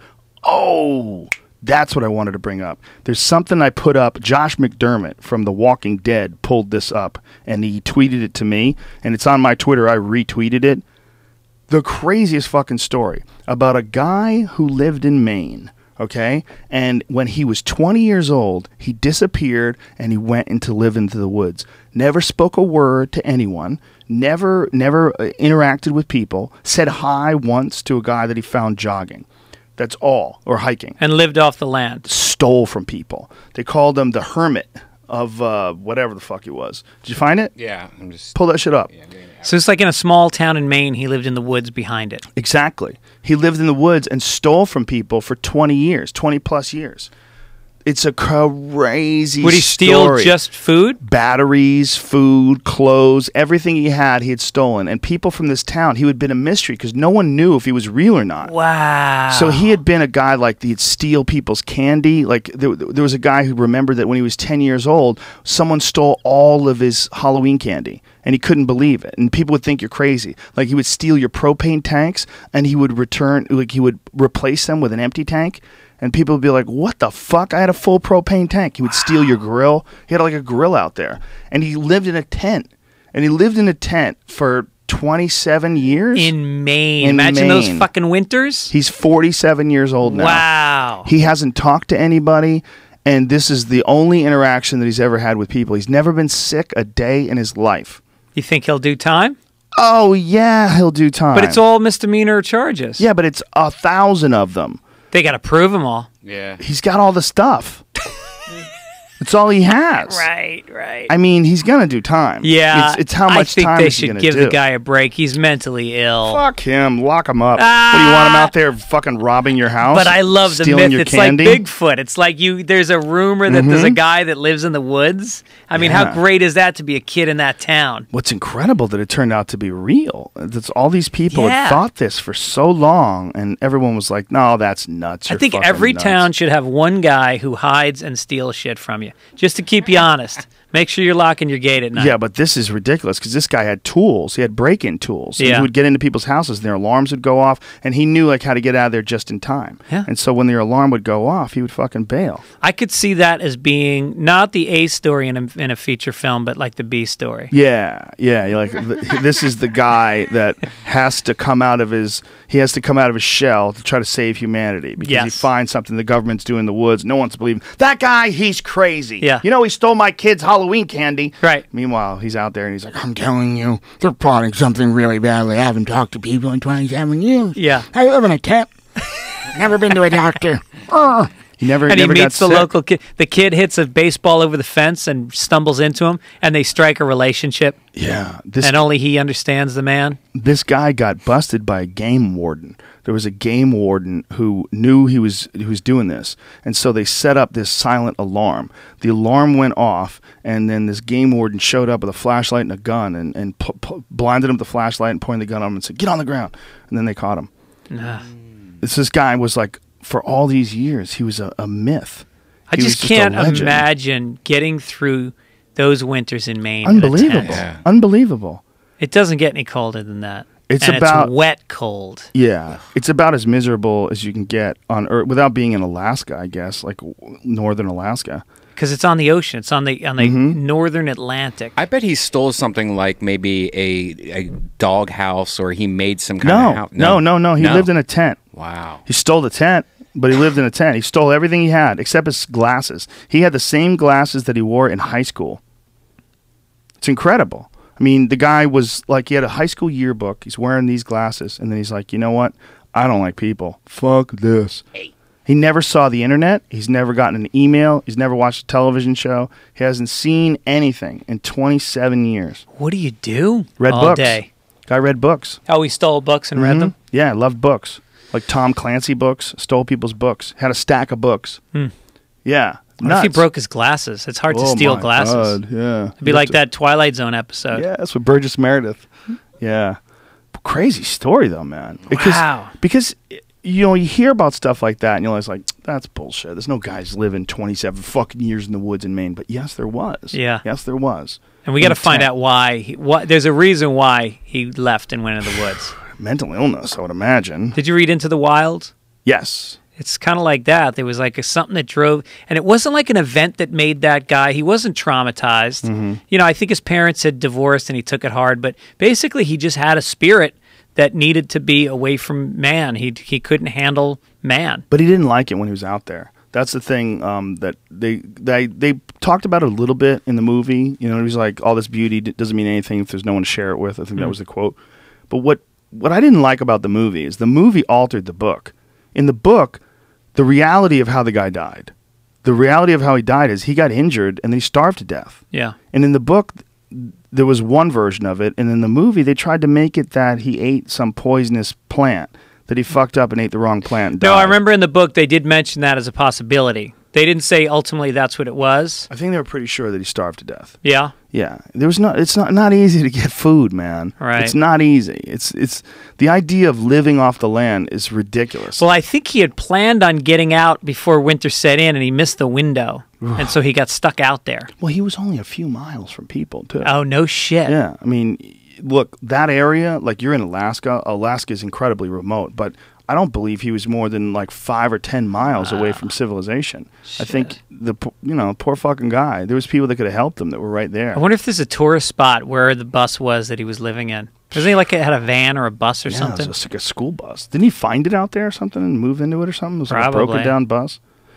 But that was sad, man. Because look, you can do it like Survivor Man's done it. But you got to be fucking prepared. If you want to live in the woods by yourself, man, you better have plenty of food. You better have plenty of ammo. If you're going to hunt, you better have some way of stockpiling plants. If you're not going to hunt, you got to figure out how you're going to eat. You got to have a serious understanding of nature. You know, what stuff you can eat, what you can't, how to build a fire, how to, you know, there's like how to predict the weather to some degree. It's probably really hard to do, but you should at least be able to survive. Like, there's a bunch of those shows that are about people living in Alaska. There's a bunch of those shows now, but one of the crazy ones is Life Below Zero. And in Life Below Zero, there's a couple of these guys that have cabins, and they live out, and all they do all day is go out and get food. Whether it's fishing or hunting, they shoot caribou, and they hang them. And this one guy, his name's Glenn, and he has like this little shack that he's prepared up there in Alaska, and he lives in this little shack, and it's by a lake, and he has to drill holes in the lake to pull his water out, or he takes snow and he melts it down. That's the only way he gets water. So no electricity, just a fire. Just a fire. And he makes all of his fire, he doesn't use matches because he feels like you could lose your matches. So he has this thing, like an old school Indian thing. He bites down on it, he holds it in a stick, and the stick is attached to these two ropes, or a rope rather, and a bow, like almost like one of those things that you would play fiddle with. Yeah. And he goes like this with it. He bites it down, so he holds it in place. It just goes, and then he goes back and forth, and the friction creates sparks, and then he uses that to start up tinder. That's the only way he makes fire. Wow. And this guy's out there just shooting things and eating them. But the crazy thing is, like, he's happy. Like, he enjoys it. He lives as a hermit for like 4 or 5 months out of the year. And he does that. And then occasionally he has a family, apparently. Like, he's divorced from his wife, but he has kids. So he goes into town. And he does it during the winter months. Yeah, he does it through the winter. Yeah. It's crazy. I don't know how much of it is for the show. That's a real issue when you're watching these goddamn shows. Yeah. You don't know how much of this they're doing. Like, they said, hey, would you be willing to live out there through the winter? Like, yeah, maybe he only does it during the summer normally, but he did it in the winter on TV. But what's weird is, like, when we stayed in Yosemite, we had to put all our food in these bear safes that were, like, reinforced steel. Because any food at all, they're going to come find it. But what do you do when you've got an elk hanging outside of your cabin? It's constantly fighting off grizzlies. This guy's constantly, he shoots grizzlies, he's constantly fighting them off. They find out about his stash, and, you know, he has to, like, when he shoots an animal, he has to be very careful approaching it, because if a bear gets to the animal before he does, like, a lot of times you shoot an animal, and the animal will run off to die, like because they have a lung, they're full of air, you know, their lungs are. A bullet will go through one lung, the animal runs. It might take 10-15 minutes for it to die if you don't hit it perfectly. Yeah. So he has to track the animal, but by the time he gets it and the animal's down, he has to decide if he shoots the animal, like say, like if it gets dark at 7 and he shoots the animal at 6 and he's tracking it. If he goes too far, he's got to go, I got to get home before it gets dark because he doesn't have flashlights. Yeah. He's not using any of that shit.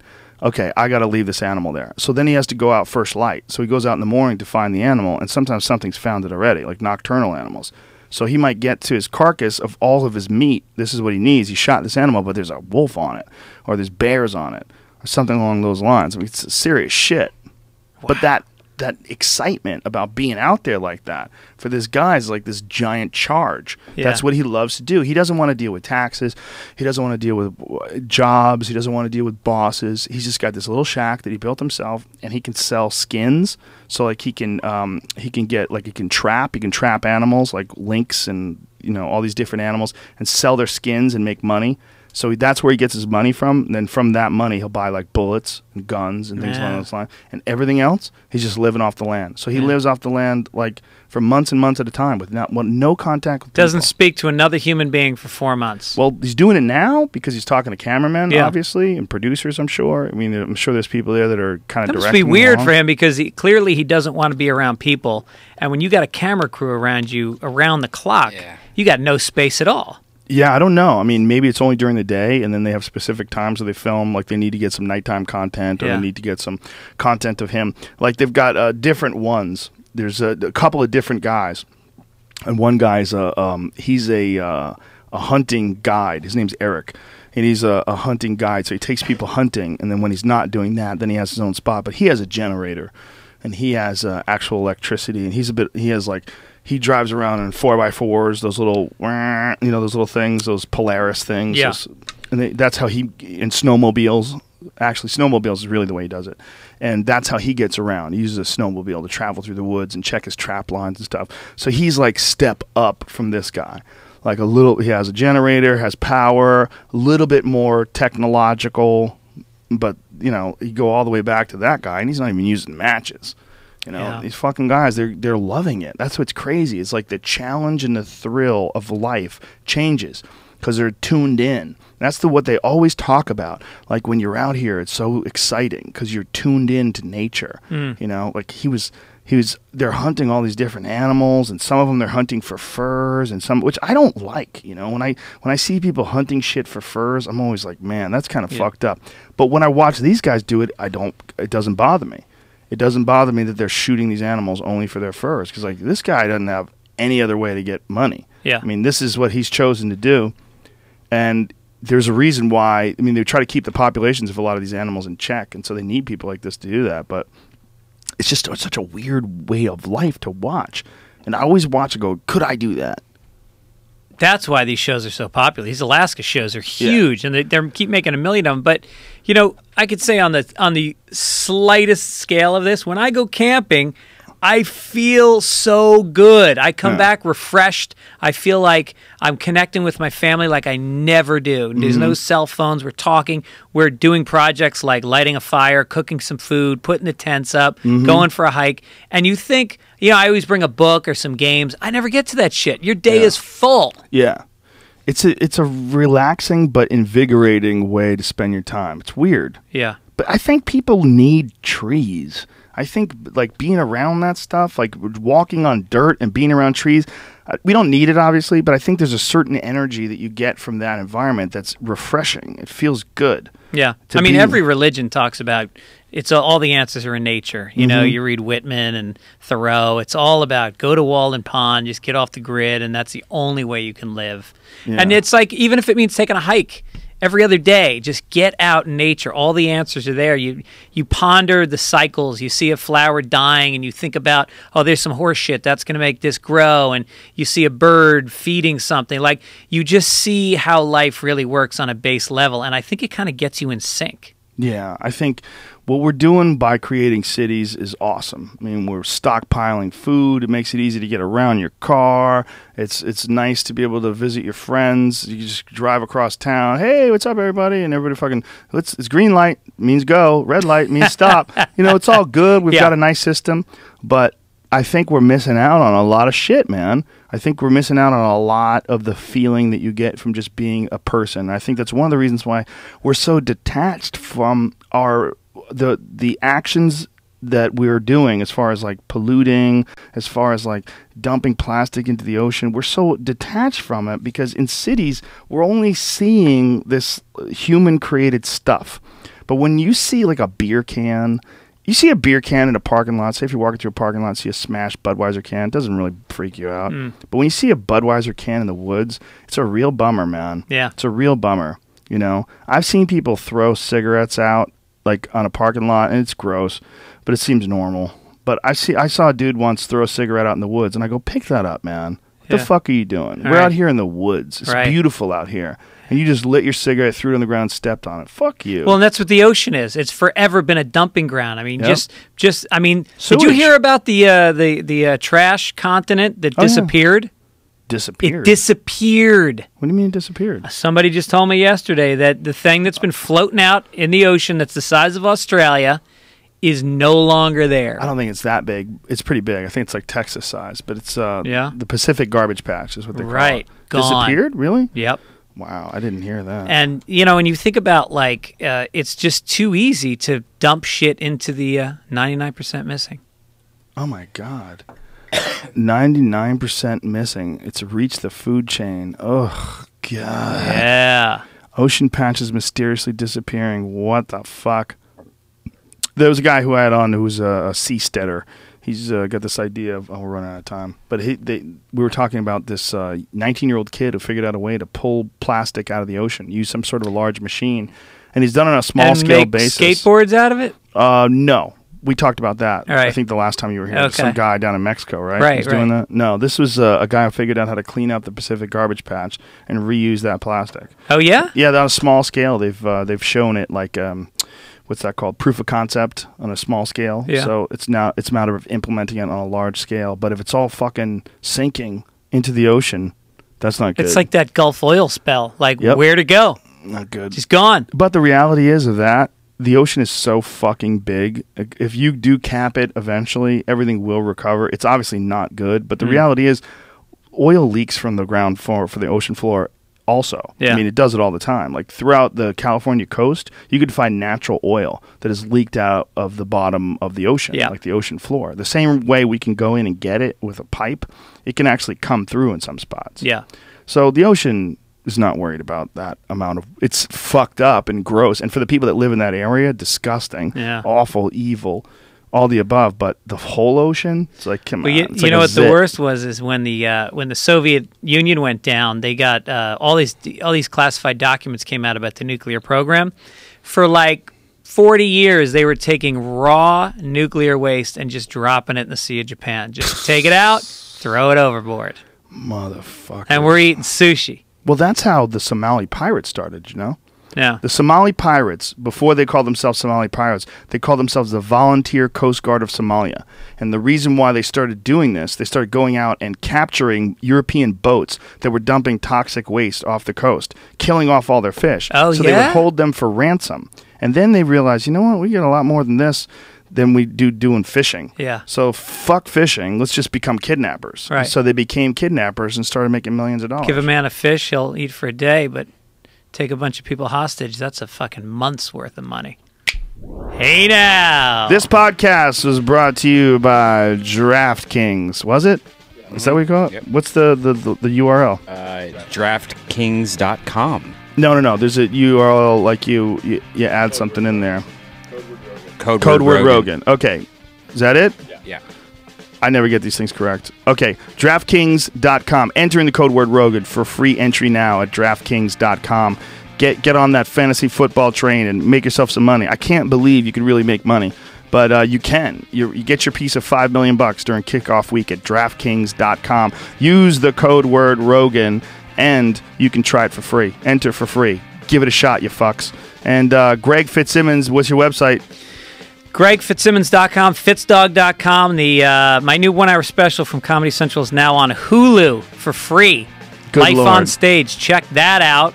And then if you want to see my bullshit live, I'll be in Edmonton on September 11 through 13, and then Atlanta, October 13 to 15. Glorious. Go to Greg's website. Something We're like out of that. time. We love the fuck out of you people. See you next week. Big kiss. Mwah.